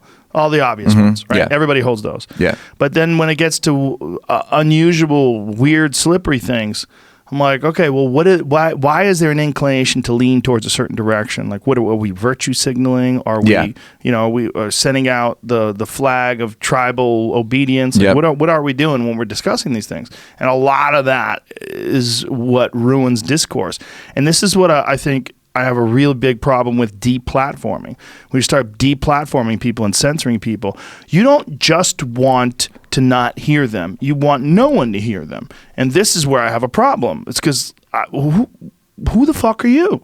Like, why are you the one who gets to say, even if they're wrong, let everybody figure that out. It's misinformation. That's the thing. It's like Pizzagate or like the Right. Alex When it Jones becomes thing where dangerous. it's like, dude, what the fuck are you doing? Pizzagate is a good example, right? Because people get ramped up in it. They're like, what? And there was a guy, Ben Swan, who was a journalist who had all these. He had this video that he put out that showed like all the different connections with conspiracy theory or with Pizzagate and various conspiracies and pedophilia, and it was a real weird one. And everybody was like, what? Well, it's just because these things are similar, it doesn't mean there's a pedophile ring going on there. Like, what is that? What exactly is happening there? But then you hear about someone like Jimmy Savile, and you go, wait a minute. This guy was fucking kids for how long? Yeah. And no one, like, are there any other ones right now that they haven't exposed? Yeah. You know what I mean? Like, that kind of shit does. I think there's a ton of distance between there are pedophiles and there are pedophiles in the pizza place. In the basement. Like I believe there's pedophiles, right? And that they should be stopped, and they're mostly. And my bet is I don't think none of them are powerful, but I don't think that there is a. I just don't really buy into conspiracies, just generally.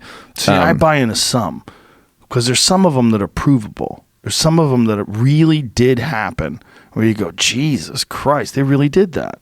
I mean, like in like third world countries where we'll fuck with elections, like Sabbath, the shit like that. Like that is, like that's not even a conspiracy. That's just like a poorly told part of history. That's there's just like things like the Gulf of Tonkin incident. Right. Oh yeah. But I think that's out. Yeah. You know what I mean? Oh yeah. Do you know about the Operation Northwoods? Do you know about that one? I don't know. That one's probably the most disturbing one because that one was signed by the Joint Chiefs of Staff. They were going to organize a bunch of attacks on America and blame the Cubans so that we could go to war with Cuba. Yeah. They were going to arm Cuban friendlies flag, and have them attack Guantanamo Bay. They were going to blow up a jetliner and blame it on Cuba. They had all these plans, and it was signed by the Joint Chiefs of Staff and then vetoed by Kennedy. He was like, what the fuck are you like, what were you guys doing? You guys are so crazy. I went to fucking Hyannisport, and I come back and you're trying to blow up airplanes. And the thing is, this is something that didn't fly, but we found out about it. How many of these things we didn't find out about that actually did happen and that we think are legitimate instances in the news or real attacks? And I just think it's a drop in the bucket. I think it's a drop in the bucket. I think it's less than 1%. In comparison to actual events. Into actual reality versus... I agree, yeah. And so when people are... The reason I don't like conspiracy theories is I think people use it to explain their own failure a lot of the time. Mm-hmm. Like, we see it a lot in comedy. Like, well, you can't make it unless you're a lesbian woman. And you're like, all right, man, that's the not... worst. I hate that that perspective is so crazy. It's like, listen, if you're killing, people are going to see you. If you kill a lot, people go to see you a lot. Yeah. It's that simple. You can't fake it. It is a meritocracy. Yeah, it really is. It's like there are certainly like some quota stuff in the margins, but no one's making it. No one's doing arenas because of a quota. You can't pull. Yeah, there's nothing you can do to get into arenas. Yeah, people have to actually like you. And this excuse making that people do as a straight white man, I can't get a break in this town. Like, oh my God. When you're a straight white man and you're complaining, like you got one of the most fucking captivating hands of cards in world history. In the world history in 2019, straight Still white a great male. hand. Still a great hand. You might get beat with a crazy, Nanette. Yeah, and then that hand take you out at the hamstrings. Nanette'll get you on the river. Yeah, but where she what? I know she got number one, but it wasn't even funny. Yeah. What the fuck? Anti-comedy? What's anti-comedy? All right. Yeah. My take on the Nanette thing, and I haven't even seen it. It's like, do people like it? Yeah, good. I saw it live. Did you like it? Yeah, I liked it a lot. Nice. It's Where'd not you see it? like I saw it in New York. I saw it before it was on Netflix. Like I saw it and met her and was like, Was she nice? It was an awkward conversation. I'll say that. Well, she is a little spectrumy, right? I think that's a fair, she's pretty open about fair estimation. Yeah. Like it wasn't like easy. Do you find that when you speak to certain women in particular, you feel like almost like you're guilty of something? Like you're a male, like you're an oppressor. Do you ever feel like that? Not too many women, and it could just be a projection. It could be my own. Yes. It could be I'm like auto projecting. Where I'm like, I definitely do that. There aren't too many, but I think you have to work against stereotypes. You're working against tattoos, built, bald, right-wing podcaster. Well, cage fighting commentator too. So I got everything wrong. I forgot about that. Jesus, Joe. Yeah, I'm a monster. Yeah, so like you have a lot. I'm pretty, effete. The way I look is a problem. It's like, what are the odds you're not sexist? Right, or a dickhead. Yeah. Yeah, not that good. Yeah, like what are the odds? Like, so you try, I mean, I don't feel it too much, but I can imagine what percentage of women do you feel like you have to do that with? The ones who don't know me. Once they know me, like, I'm pretty nice. Like, go to a venue. You go to the venue that you've never been to. Mm-hmm. There's a woman, the backstage, one of the works for Live Nation, or she works at the venue. Like, does she assume that you're... Nah, not if they work for Live Nation. Okay. I'm nice to all those folks. Yeah. But I think that if someone has like a very staunch feminist perspective and they meet someone like me, they might, depending upon their perspective, they might think that I'm the enemy.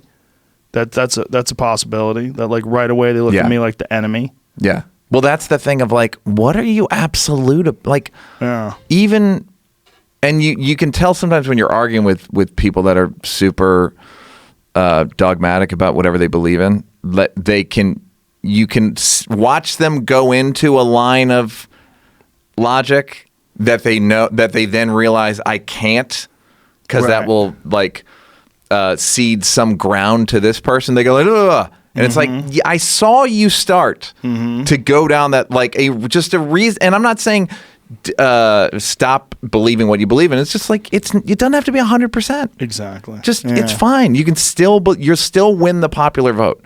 It's just majority rules. It doesn't have to be overwhelming. Just don't. It's dishonest in a way, because they don't want to believe. They don't want to have. They don't want to have a chink in their armor in terms of logically. Yeah, they want to lump people into categories because it's easy to define them too.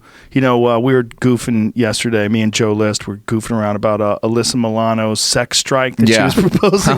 And I was like, one of the things that's offensive about that is, first of all, that women would agree with you.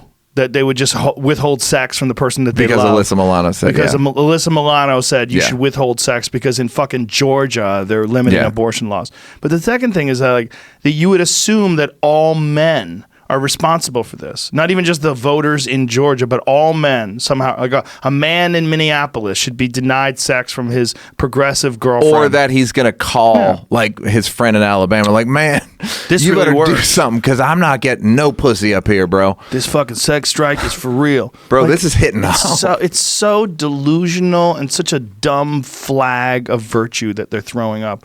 And it's such stupid 2019 woke politics that was Well, actually by the way, something. it's like based on Lysistrata, like a old Greek play. Was it really? Yeah. No shit. There was a sex strike in an Yeah, old Greek that's play? and that's what that movie Chirac was about. It Really? was a sex strike. No in kidding. Chicago, yeah. Did that Like, work? It's I don't think it's ever. I don't know. Will you Google and see if it's ever been done? I would imagine that girls just use it as an excuse to not fuck a guy they don't want to fuck. Like, Well, it's also like I'm on a sex most of them strike. aren't Get fucking off anyway. me. It's like, Right. yeah, like what are you gonna? It's like Rock had that joke about like, what are you gonna? You can't stop. You're already not fucking me. Dude, when you hear women talk about not wanting to fuck their husbands, it's like it's such a depressing. Like, I was listening to this gal. She was like, "Well, you know, most wives don't want to have sex with their husbands." Like, what? You listen to that, you're like, ugh. As a husband, it bumps you out, or as No, just as a human being, humans that are they're in a locked. situation. Yeah.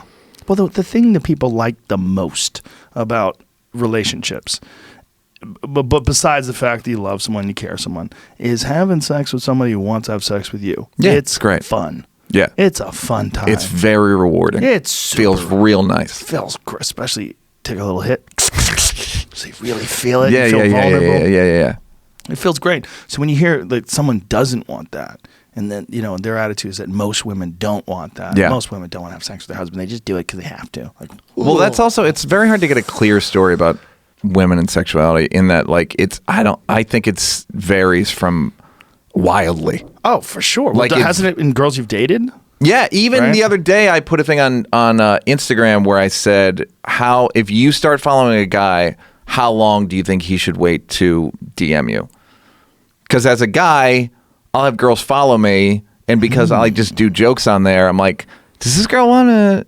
I don't want to be like, so you came for the comedy, also dick. I don't.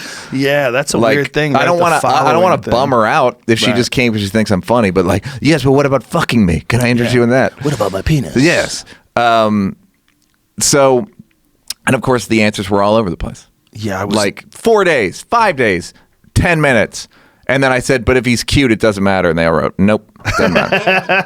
yeah. If it's Aquaman, just let them Yeah, let it'll be them fine. DMs slide. Right I like on that you're in. referencing Aquaman as like the paradigm of hotness now because he really is. He's as good as it gets. Yep. This is what my wife said. She goes, he's everybody's type. Yeah. He's Including fish. Yeah, he's a big, giant, handsome, beautiful man who seems to be extraordinarily kind. Yeah. Like, he's got and everything like going for open. him. He dates Yeah. an older woman that's Yeah. older than him. Yeah. Like Yep. he exercises. What does it say? Furthermore, sex strikes have historically been effective, opened this and didn't read it. as pointed by Chicagoists in Kenya, the Philippines, Liberia. Thanks, Nobel Prize winner Lima. Say that? Gbowe. Lema Gwobi. Gbowe. And in Colombia, where women held a 10-day strike in 2006 to end gang fighting. Wow. End gang fighting. It is a great idea. It truly is like, if you want to affect change, just get I was saying to somebody last night, like we all know, like somebody was asking me about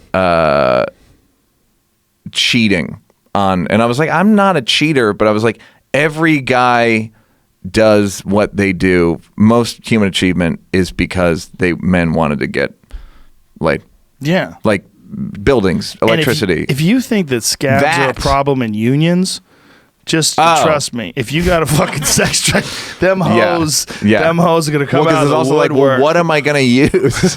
I have no leverage. This is my main leverage. Yeah. Like, but yeah, like it's a great bargaining tool. Oh, yeah. I mean, Yeah. it is the bargaining. I mean, that's in some ways that's most of the negotiation of a relationship is like where girls go like, women don't control. It's like, they may not control it explicitly, but I know if I do something that's going to get you in a bad mood, you're not going to fuck me. And legalized prostitution is one of the best ways to combat any kind of sex strike. And that is one reason why women fucking hate the idea of legalized prostitution. They don't ever want that to not be negotiable. They don't ever want you to be able to go, oh, I'm an asshole? Yeah, I'm going for a drive. And you go right down to the store. Yeah. You go to the sex store, and you pay for a 10, and she's built like Jessica Rabbit, and you bang her, and you have the time of your life. And then you go home, and your girlfriend's got a little bit of a gut, her ass a little saggy, and you're like, no. I mean, you can't tell me what to do anymore. I spent $80. It wasn't that much. Yeah. Like if sex was legal financially, if it was transactions, sexual now having said that, it is legal legal in a lot of countries, or not a lot of countries, but a few countries. A few, yeah, enough. But if it was legal in this country, how much do you think it would shift perceptions and the way what people? I think it would. I don't know, because I was just in Singapore, and apparently it's legal there. By the way, I went to I was in Singapore, did some shows, excellent, and there was a place called it's Orchard Road, and it's a mall during the day, and at night it becomes a mall for prostitutes. They have a prostitute mall? Yes, it's like Orchard storefronts? Road, and the awful saying for it is 4 floors of whores, which is I hate the word whore. Why do you hate the word whore? I don't know. It just bugs me. It's something about it's like, you whore. It just feels like dice or something. You like hooker? I don't know. I like hooker as a term of endearment. Hooker. No, not like that. Like Barney a Miller, that prostitute, kind of like, thing? shut your mouth, hooker. Like, you say that to your friend, like a girlfriend who's just joking around about something. Like, shut your mouth, hooker, and then everybody will laugh. Yeah. So the local guys were going there, and I was like, well, yeah, I'm going to go also because I want to see this place because I'd read about it. And there was a restaurant there that they ate in, which is a whole other issue.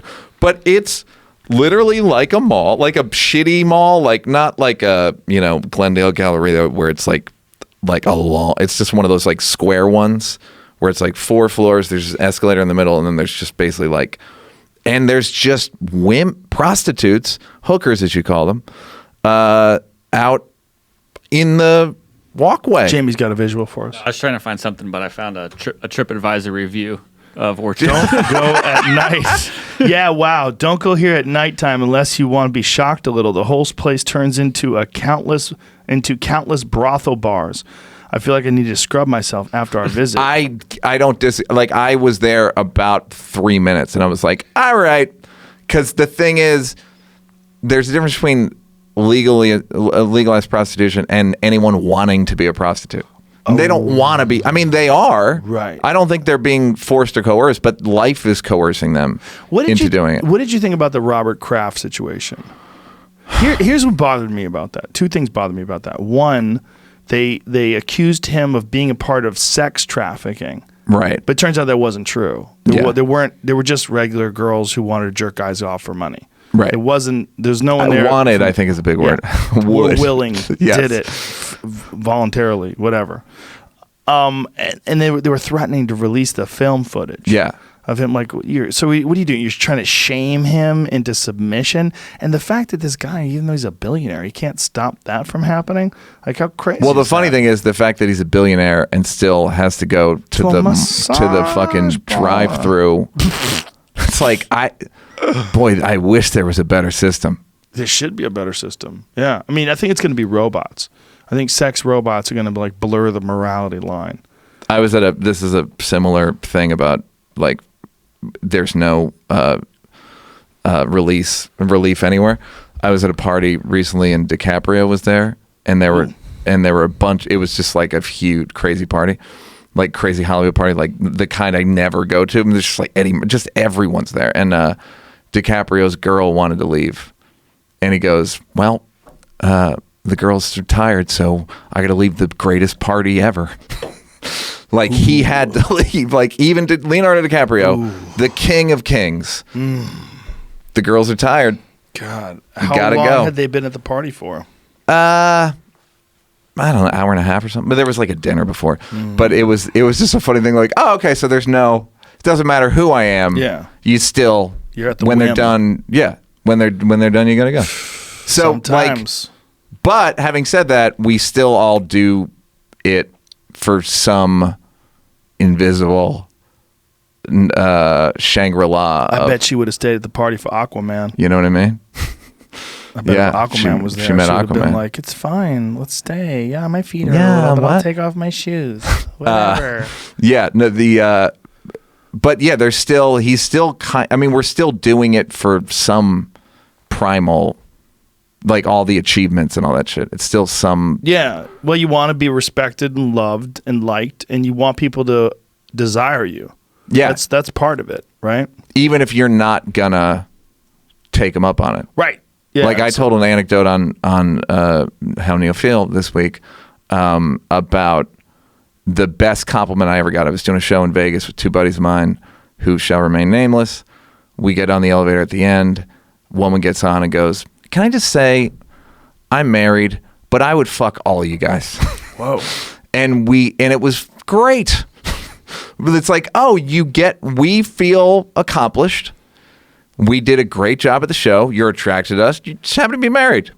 And so nothing's ever going to happen. But thank you for expressing your attraction to us.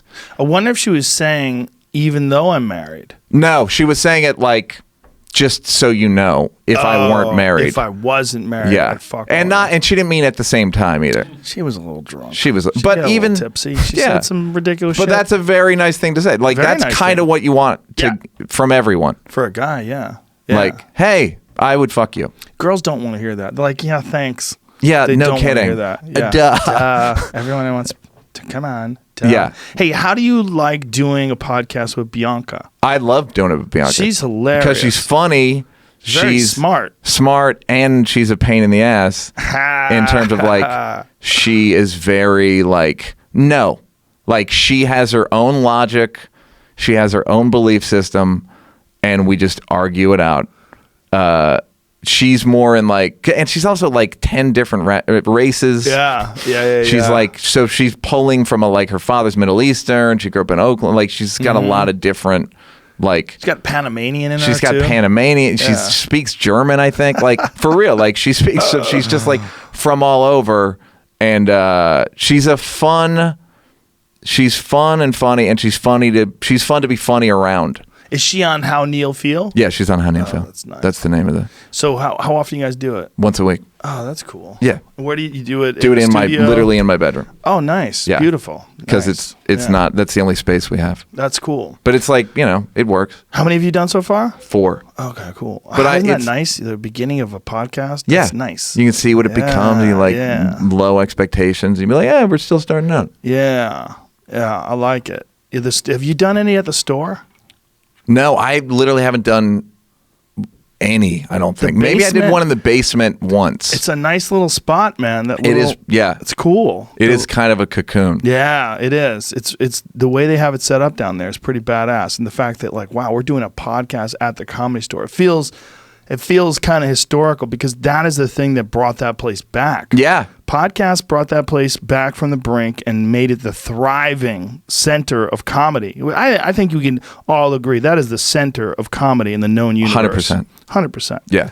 And that podcast studio Even that like they have- Robbie from Netflix is like podcasts are like the indicator Yeah. of streams. Like it's pretty direct. Yeah. The correlation, and I don't know what Tom would be more popular from Netflix or the podcast.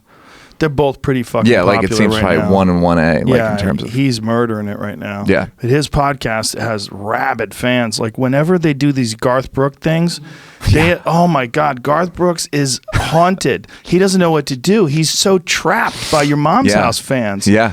They just won't stop with the memes and the deep fakes with Yeah. Tom's face over Garth Brooks' body. It's I fucking, DM'd the deep fake guy. yeah? And because I was like, is it hard? Because it's terrifying. Someone said, Jamie did it. Jamie used the software to make one with me with Trump's head.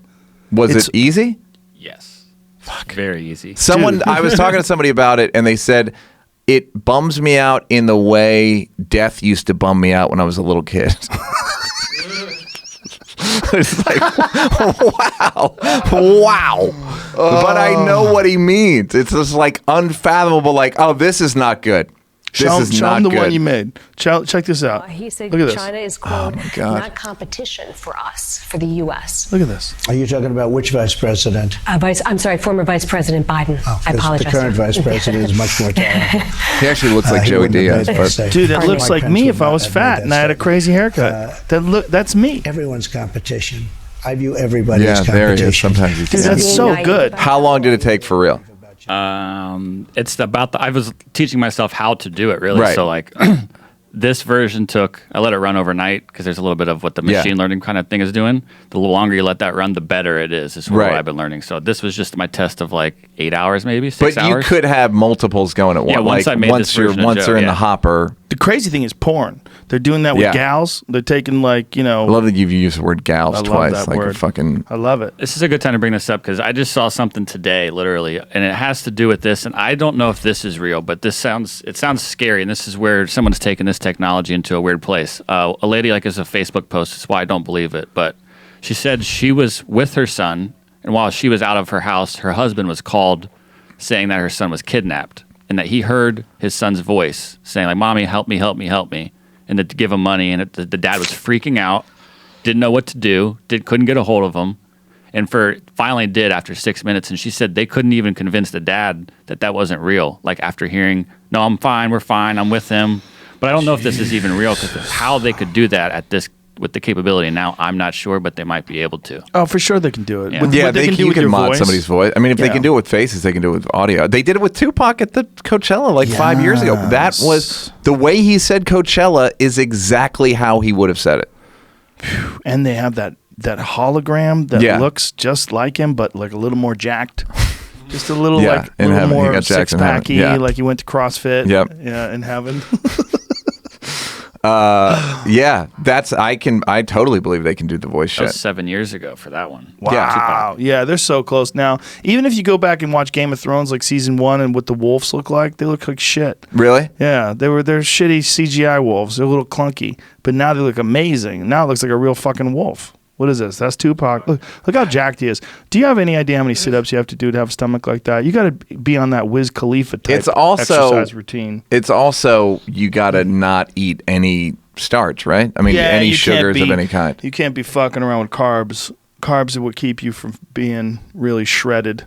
I mean, not all carbs, but I mean, either doing a lot of fasting. You got to do something to get your body fat down that low. Because it doesn't matter how many sit-ups you do, right? It's not gonna. Well, sit-ups make your ab muscles bigger. Yeah. They make them more defined. I and can see bigger. one of mine. Yeah, you got to lose Up here. weight. The only way is Do you guys losing wanna see it? fat. Okay. No, I'm good. It's so easy to get fat too. I'm so amazed at how easy I can get fat on a vacation. Like 1 week, I gain 10 pounds. If I go on a vacation and I just go drink and eat pasta, 10 Yeah. pounds in a week. Well, that's like you're running such a small margin Yeah. in everyday life, where it's Yeah. like, yeah, if you just eat, it's not I mean, it's fairly massive, but it's not like, what do you think it is? 800 calories a day? No. The Extra, I difference, mean. The extra? Yeah. I don't know, not with me, man. I go hard. When I eat on vacation, drinking and eating. Like just the drinking. When I'm on vacation, I might drink 4 or 5 drinks a day. Maybe more every day. Do you drink during the day if you're on vacation No. without your kids? Sometimes, no, not without my kids. But when my kids are there, I'm hammered. No, Yeah, you I'm got just to be. kidding. Yeah, I get that. No, but if I'm on vacation and I'm out, I might have a drink at the pool or at the beach or wherever I am. And then at night, if I go to dinner, I might have 2 or 3.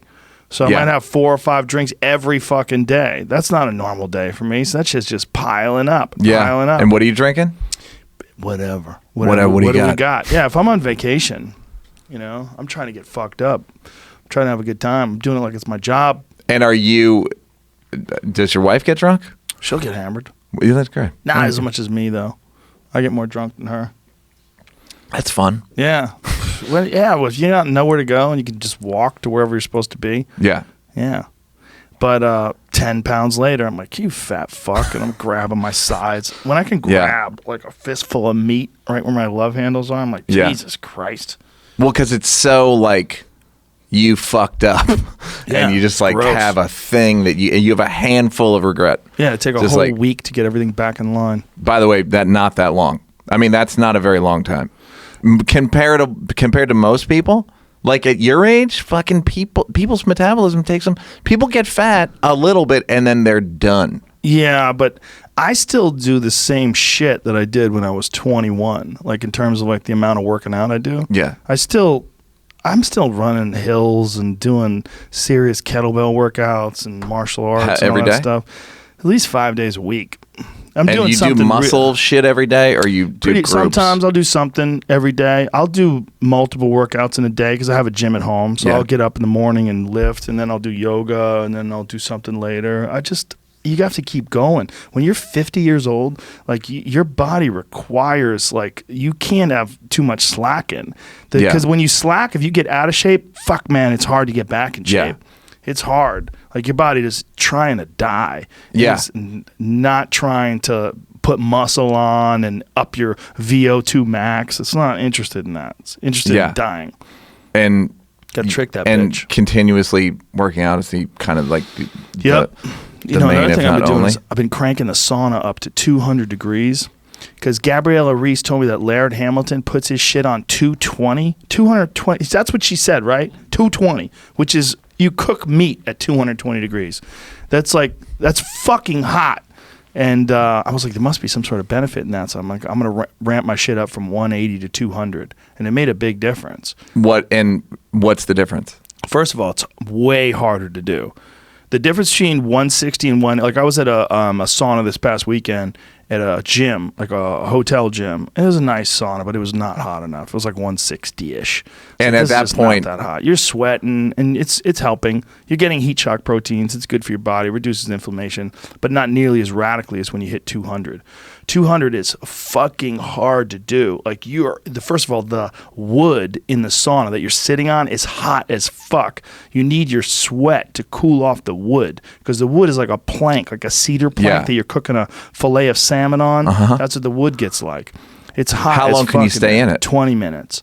And those last 5 minutes are rough. And how do you deal with the pain, whatever you don't want to move, right? Yeah. Well, so are you just still? The last 5 minutes, I get up and I start walking around, actually. I feel like I have more of a hard time sitting still in the last 5 minutes. So I would think you have to. Yeah, I distract myself by stretching and moving. Are you wearing flip-flops or that they would melt? No. Yeah, they probably get rid. Well, you know what works though, surprisingly? AirPods.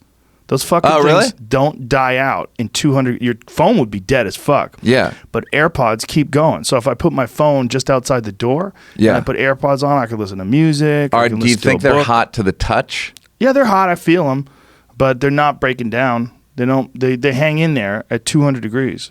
Good for you, AirPods. Yeah, they're good. Man. And you feel it markedly different.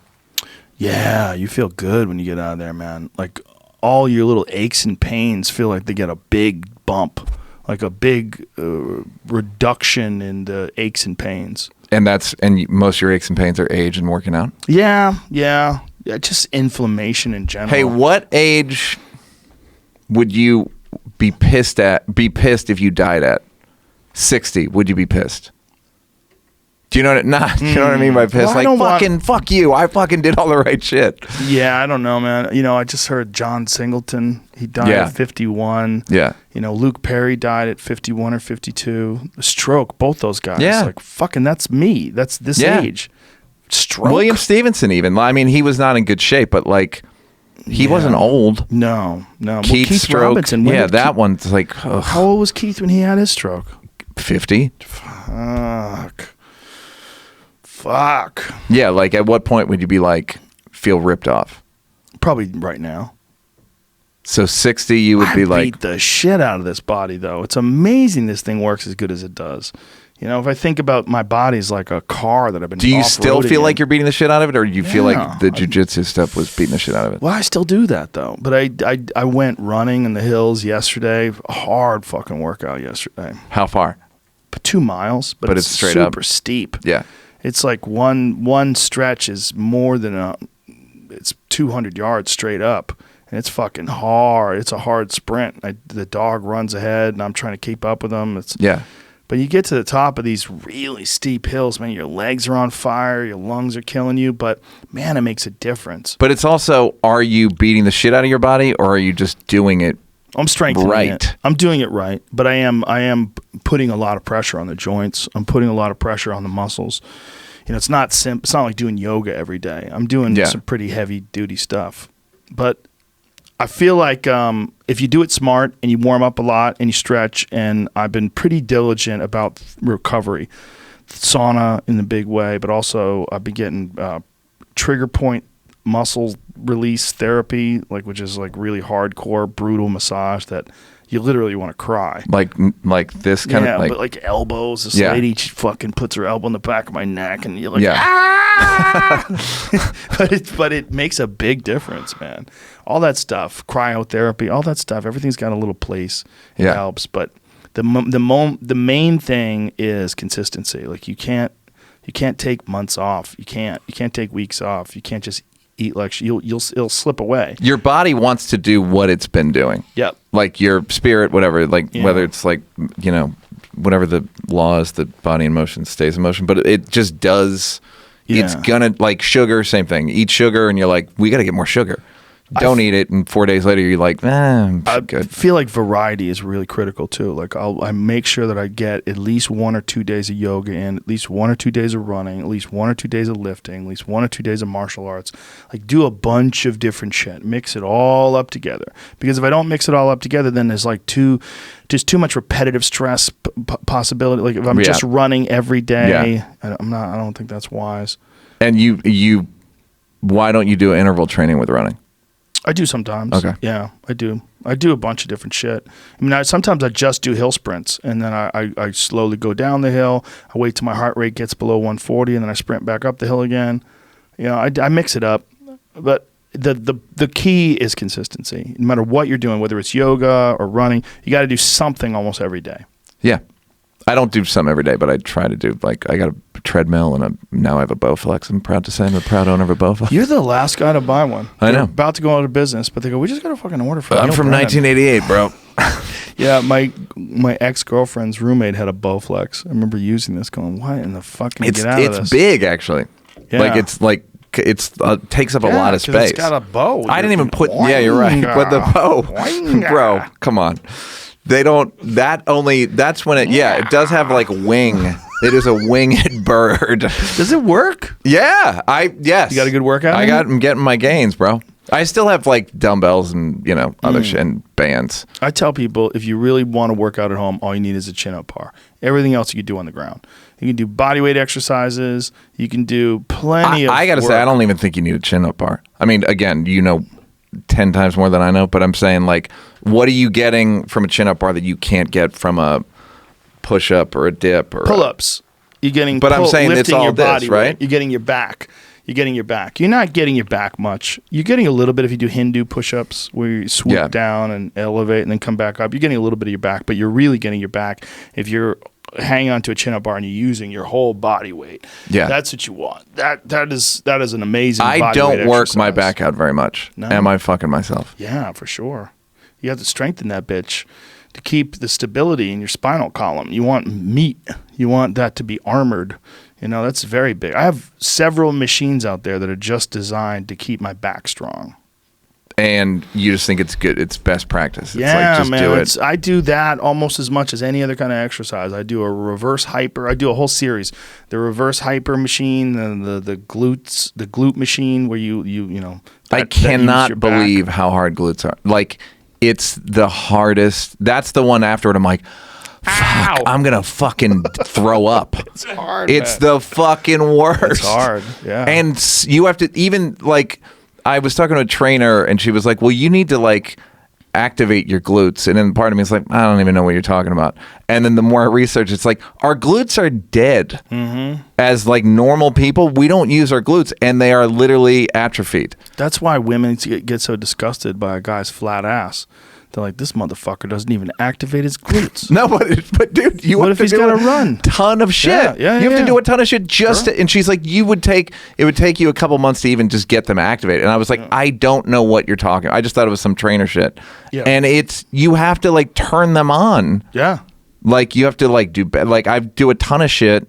I don't even know if I'm doing it right. They gotta get fired up. Do you have a trainer? You gotta get a trainer. I should get a trainer. Come on, man. Yeah. You got cash. Yeah. Get yourself a trainer, Neal Brennan. Yeah, I should. Plus, it's good because you have to make. Is this your Bowflex? No, This I is something wish. new. I was gonna That's ask you the if this mirror. is, Look, if you think I didn't almost buy this, you're out of your mind. It's working on magnets. It's This like is the magnet mirror one. weight something or other. I've been seeing this online recently. I was curious if you've ever heard of it or know if it works well. It's got 2 cords. How much resistance? That's what I want. The resistance is all internally done just by magnet pressure that you Well, set. what's the maximum amount of resistance, though? Because I don't know if you know this, but I'm jacked. No, yeah, I heard.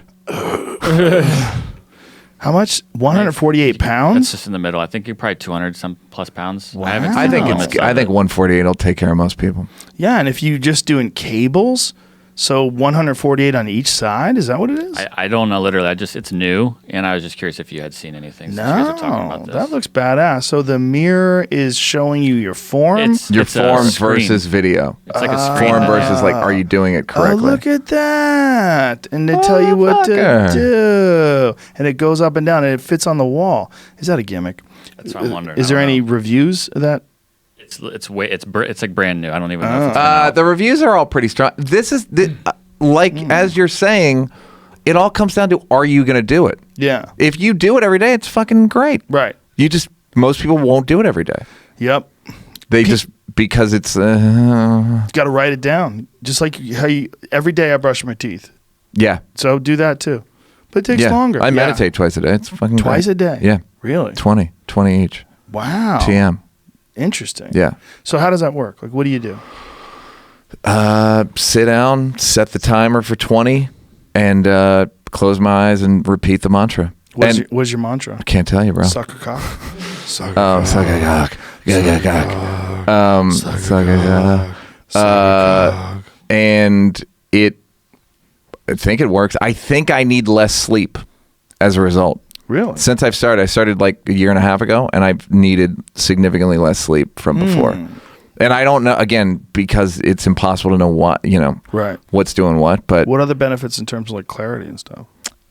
I don't know. I think they're good, but I can't say like, well, I was writing 4.3 jokes a month before, and now I wrote 4.8. Like, there's no direct correlation. I am happy with my output, but like, Isn't that funny that like to an average person, they'd be like, wait, 4 point, you're joking, right? No, if I get 4 great jokes a month, that's an amazing month. Yeah, well, it's like that. I was going to bring it up when you were talking about deer hunting. Yeah, right. Where it's Similar. like, yeah, if you see the special, Yeah. thought of it all at once Yeah. on the special. You had a great line about writing, and that like writing in a notebook or on your phone, that it's like a net to catch ideas. Yeah, And that I really thought- is. I Like, just thought about that. I was like, that is a great way to put it. yeah, like here, throw this in put it on the thing, and then you can look back. You ever have an idea, write it down, and then 3 days later look, and you're like, that's fucking funny. Yeah. You're yeah. funny. Well, that's why you got to throw a lot of shit against the wall. I have pages and pages of stuff that I review, like late night rambles, that I label them late night rambles, because I write a lot of times at night after the store. So I By come yourself? home. Yeah. Everyone's asleep. I'm high. I just sit in front of the computer. And is it like you have a germ from the day? I have sometimes, but I have 1 hour that I have to write. So Oh, there's wow. 1 hour in front of that computer. And I give myself that 1 hour, and then after that I can watch YouTube videos, Do whatever or you Netflix, want. whatever. But Yeah. I have to get that 1 hour in. And man, there's been many times where I'm sitting there staring at that fucking computer for 20 minutes, and then I got an idea. I'm like, oh my God, there's something in it. And then the next day I do that on stage. Boom, it gets a laugh. I'm like, fuck yeah. That reward for the tediousness. This just getting through the sitting in front, staring at the blank screen, staring at some fucking weird notes. You're not even sure if they mean anything. Trying to find some old shit where there's just a spark of an ember that can blow on and turn into a fire. Or like I had a joke that I was trying, and I was like, I know it's good. I just have to come up with the right thing. Yeah. And then I tried a couple things. First couple times you fuck it up, you don't say it right. It's just it is the tedious and the mild embarrassment of just like trying and failing. Oof. But having an idea, writing it down, doing it on stage is to me the most rewarding thing I can think of. it's one of the most rewarding things in all of life. Yeah, It I mean, really is. honestly, and I don't say that like, I just mean like living a life. That is the thing.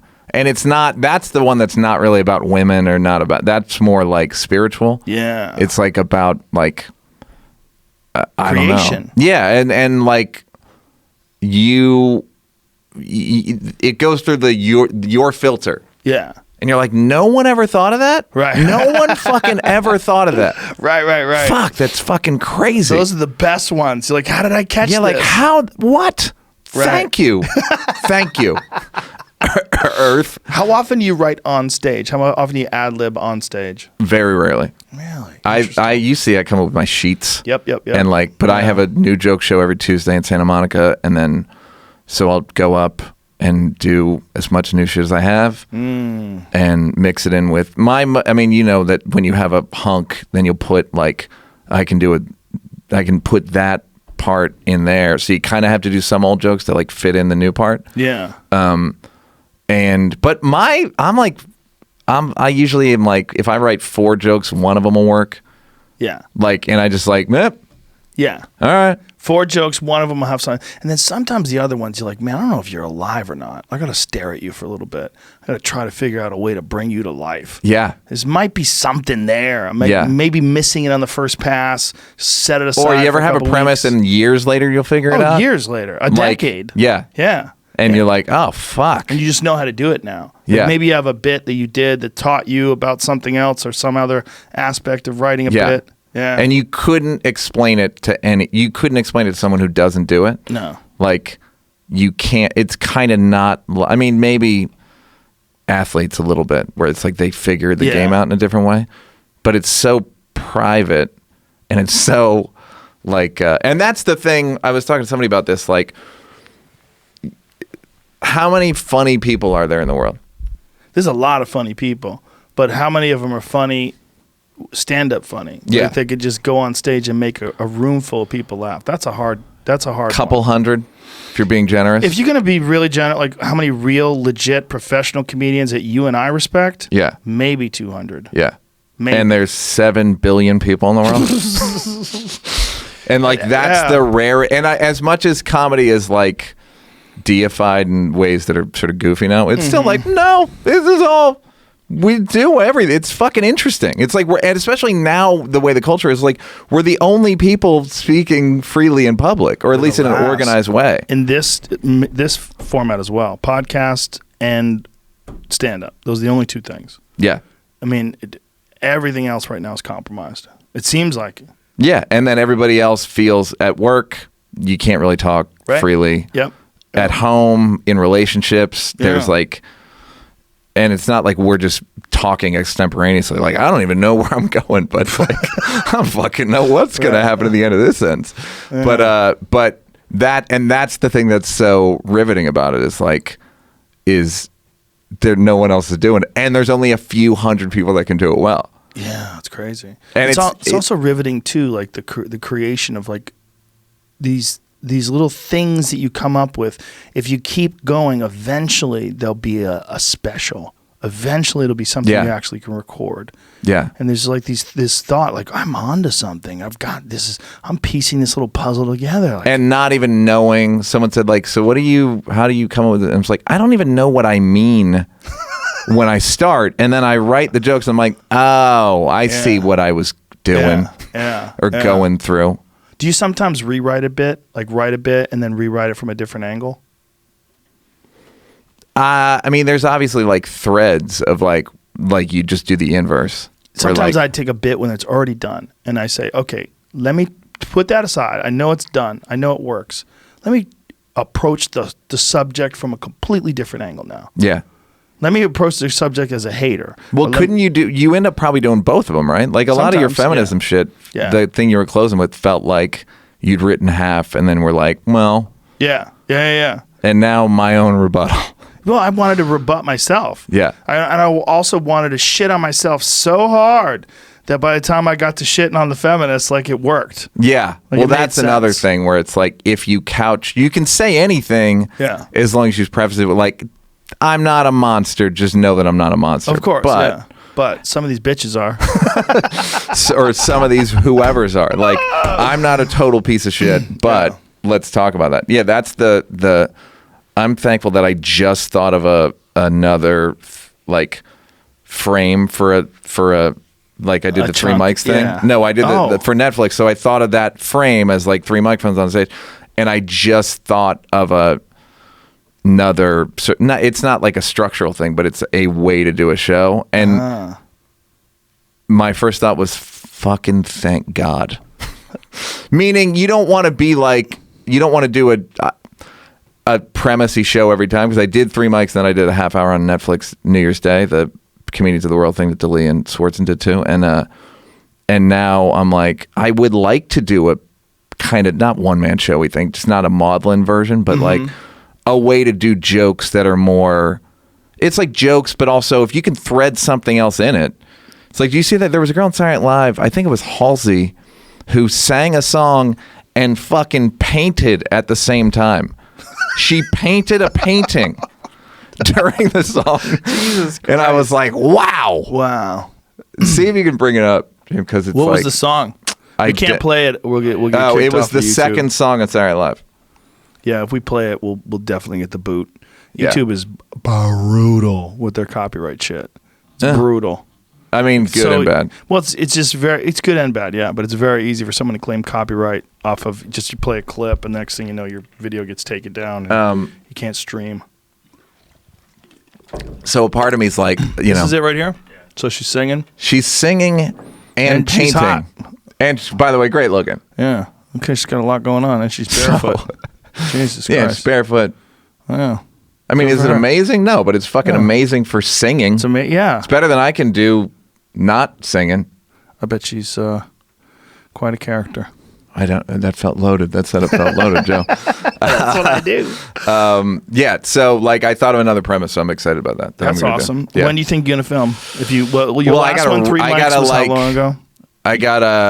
I've kind of written it out, but like I'm gonna probably do it like in New York. Like I did three mics where I did it like sort of off Broadway, and Oh, okay. So when you do something like that, will you do like a long run and then film at the end of the run? yeah, I basically did three mics. I did for like 2 months, 4 nights a week. Oh, wow. So, And you did it all in New York? yeah, Oh, cool. And then- Where'd you do it? some theater like on the Lower East Side where Birbiglia does his, and then and it was cool. It's cool to just like have to do an hour every night. It's a cool, like, oh, I'm going to do an hour, and I'm in a town. I'm in the same town, That is cool. and I'm doing an hour every night. And you're doing essentially like a play almost. Yeah, A like comedy it was an play. emotional. There was a like an emotional fucking. I talk about emotional shit. This will be less emotional. It'll be less wrenching emotionally. If people saw it three mics, like it's fucking pretty gut wrenching. But this will be less gut wrenching. But you have a premise that's exciting to you. Yeah, which is fucking, you know, that's everything. like fucking excellent. Well, And I it's was- also the only thing that like, it's like, well, you gonna make money? I don't know. I don't care. It doesn't Right. matter. It's like not even a consideration. Yeah, it seems like you're wasting your time thinking about that, because all that really matters is, do you enjoy doing it? Does the audience enjoy it? All that other stuff comes out of that, right? Yes. And if you enjoy it, they're probably going to enjoy it too. Yeah, and even the thing where people go like, so what are you doing? And you're like, you can say you're doing the podcast or you have UFC, so they go like, Oh, you have to have something that you're yeah. working on. And I'm Otherwise like, you feel like you're not doing anything. I'm Yeah. doing an hour comedy special for a huge streaming service that's going to broadcast fucking everywhere in the world. That's What are you doing? That's it? That's Yeah, all you're no, doing? but that's how they. And Yeah. you're like, this is what I'm doing is fucking. It doesn't. It's not time consuming visibly day to day, but like it's consuming emotional, like thinking about it. What's your take on what's going on with Louis? Like what he's trying to do with stopping people from quoting his bits and The quoting. I mean, I think he's just trying to stop people from Leaking writing his shit, yeah. Which Writing. was his own fault because he just didn't have the bag. He didn't have the underbag Right. like he could have, and was like, it'll be fine. Yeah. What's the worst that can happen? What, Louis? So now he's doing everything. He's got the yonder bags. He's doing small clubs. Yeah. And he also has a sign that he puts up saying that if you leak any of the material, that they have legal repercussions. Good. Yeah. I mean, why should why should it's a spoiler? It's like Yes. it's like a fucking, but it's worse than a spoiler Yeah, it is worse than a spoiler. because Right. every joke is its own movie. Right. It's got its own little surprise. Yeah, to exaggerate about it. But it's like, yeah, it's a huge, that's a huge problem. And it's also, it goes to that 11-year-old girl thing where it's like, Louis said this and Then what he did was this. Did you, huh? Yeah, when you have 11-year-old daughters, man, it's like you get it. Okay, oh, now I see how people are thinking. Thinking like little kids. And how would you describe it? Like Little sort kids. of like simplistic. Base. Yeah, looking for something to be naughty, someone to do something bad. What did he do? What did she do? What are they doing? We'll tell you right after the break. Yeah. And you're like, oh, my God, I can't wait. Yeah. But I mean, Louis a hilarious dude, and I hope I'm interested to see what happens. I think he's going to come out with a motherfucker of an hour. That's what I think. I think he's constantly touring. He's on the road all the time doing this. I know he's not doing it just for money because he's only doing these little tiny places. Yeah. He's doing Zanies in Chicago right now, or Zanies in Nashville right now. He's going to come out with a motherfucker of a special and re-cement his position, and I think there's going to be people that are still mad at him no matter what. I don't think that you can please most of the people that are mad at him. No. Meaning, Ever. I just think it's like They're not reasonable. it's more fun to not forgive him. Yeah, it's more, ideological. it feels better to not forgive him. Yeah. Fuck him. Yeah, I get it. I get their perspective. But for everybody else, we're going to get treated to a monster hour. That's what I think. I hope. think when he's all done, I think it's probably going to be his best hour ever. I listened to the leaked one. Yeah, it was good. Yeah, it was good. Well, I mean, 10 months out, man. Yeah. No comedy at all for 10 months, Yeah. and then he starts doing it again. And there's, some bits in there that would have been great if they didn't get leaked. the thing about what are you going to do? Cancel my birthday is so fucking it's funny. hilarious. It's like Yeah. he's so fucking funny. It's bananas. Yeah, because my life is over. What you do? Cancel my birthday? So goddamn funny. Yeah. Yeah, like he's a fucking hilarious dude. Yeah, that's the front of the line. I mean, when it comes to comedy and political correctness and the pushback, that's the front of the line for the pushback is stand-up, nightclub stand-up. The stuff that you and I both do, we say a bunch of fucked up things that happen to also be funny, and you're doing it in front of live crowds. I said on stage the other night, they're going to a strip club and complaining about cellulite. That's what it feels like. It's like,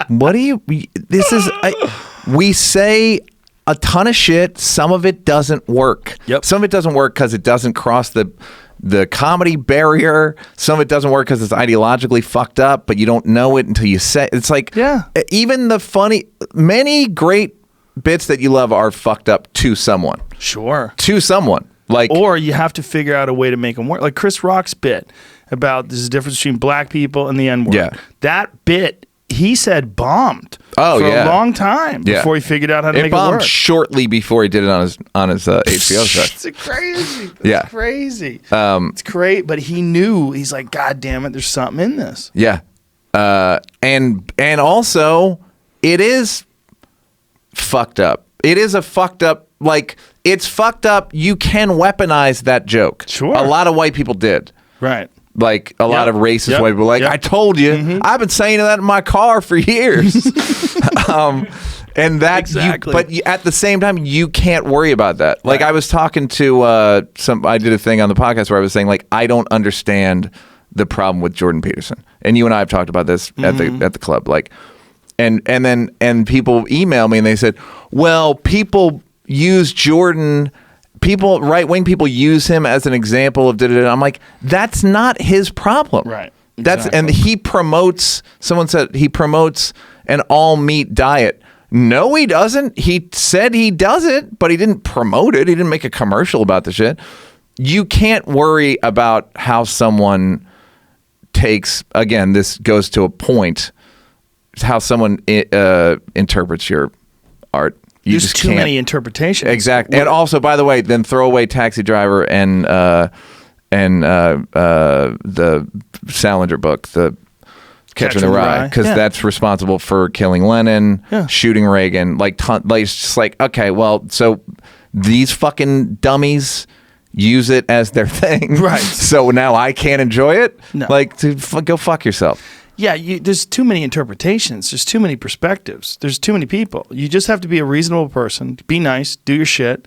Do your best. And, look, we work together all the time, man. People are laughing. Yeah. It's like people are having a good time. Yeah. Like, and it's also like, what's your intention? Yeah. It's not. Our intention is to create, right? Our intention is to come up with funny things. And like me, as a person who enjoys stand-up, I like sitting in the back of the OR and watching someone kill. I fucking love it. It's the best. I told somebody, like, I'm a gym rat, but for comedy clubs. Yeah. I've been seeing you for 27 years. Yeah. Just hanging out. Like, me and Chappelle were in Vegas, and some kid was like, what do you... He was a chef at this place, Yellowtail, and he was just saying, like, being a chef, you just fucking have to cook for 12 years, Yeah. 12 years, just like...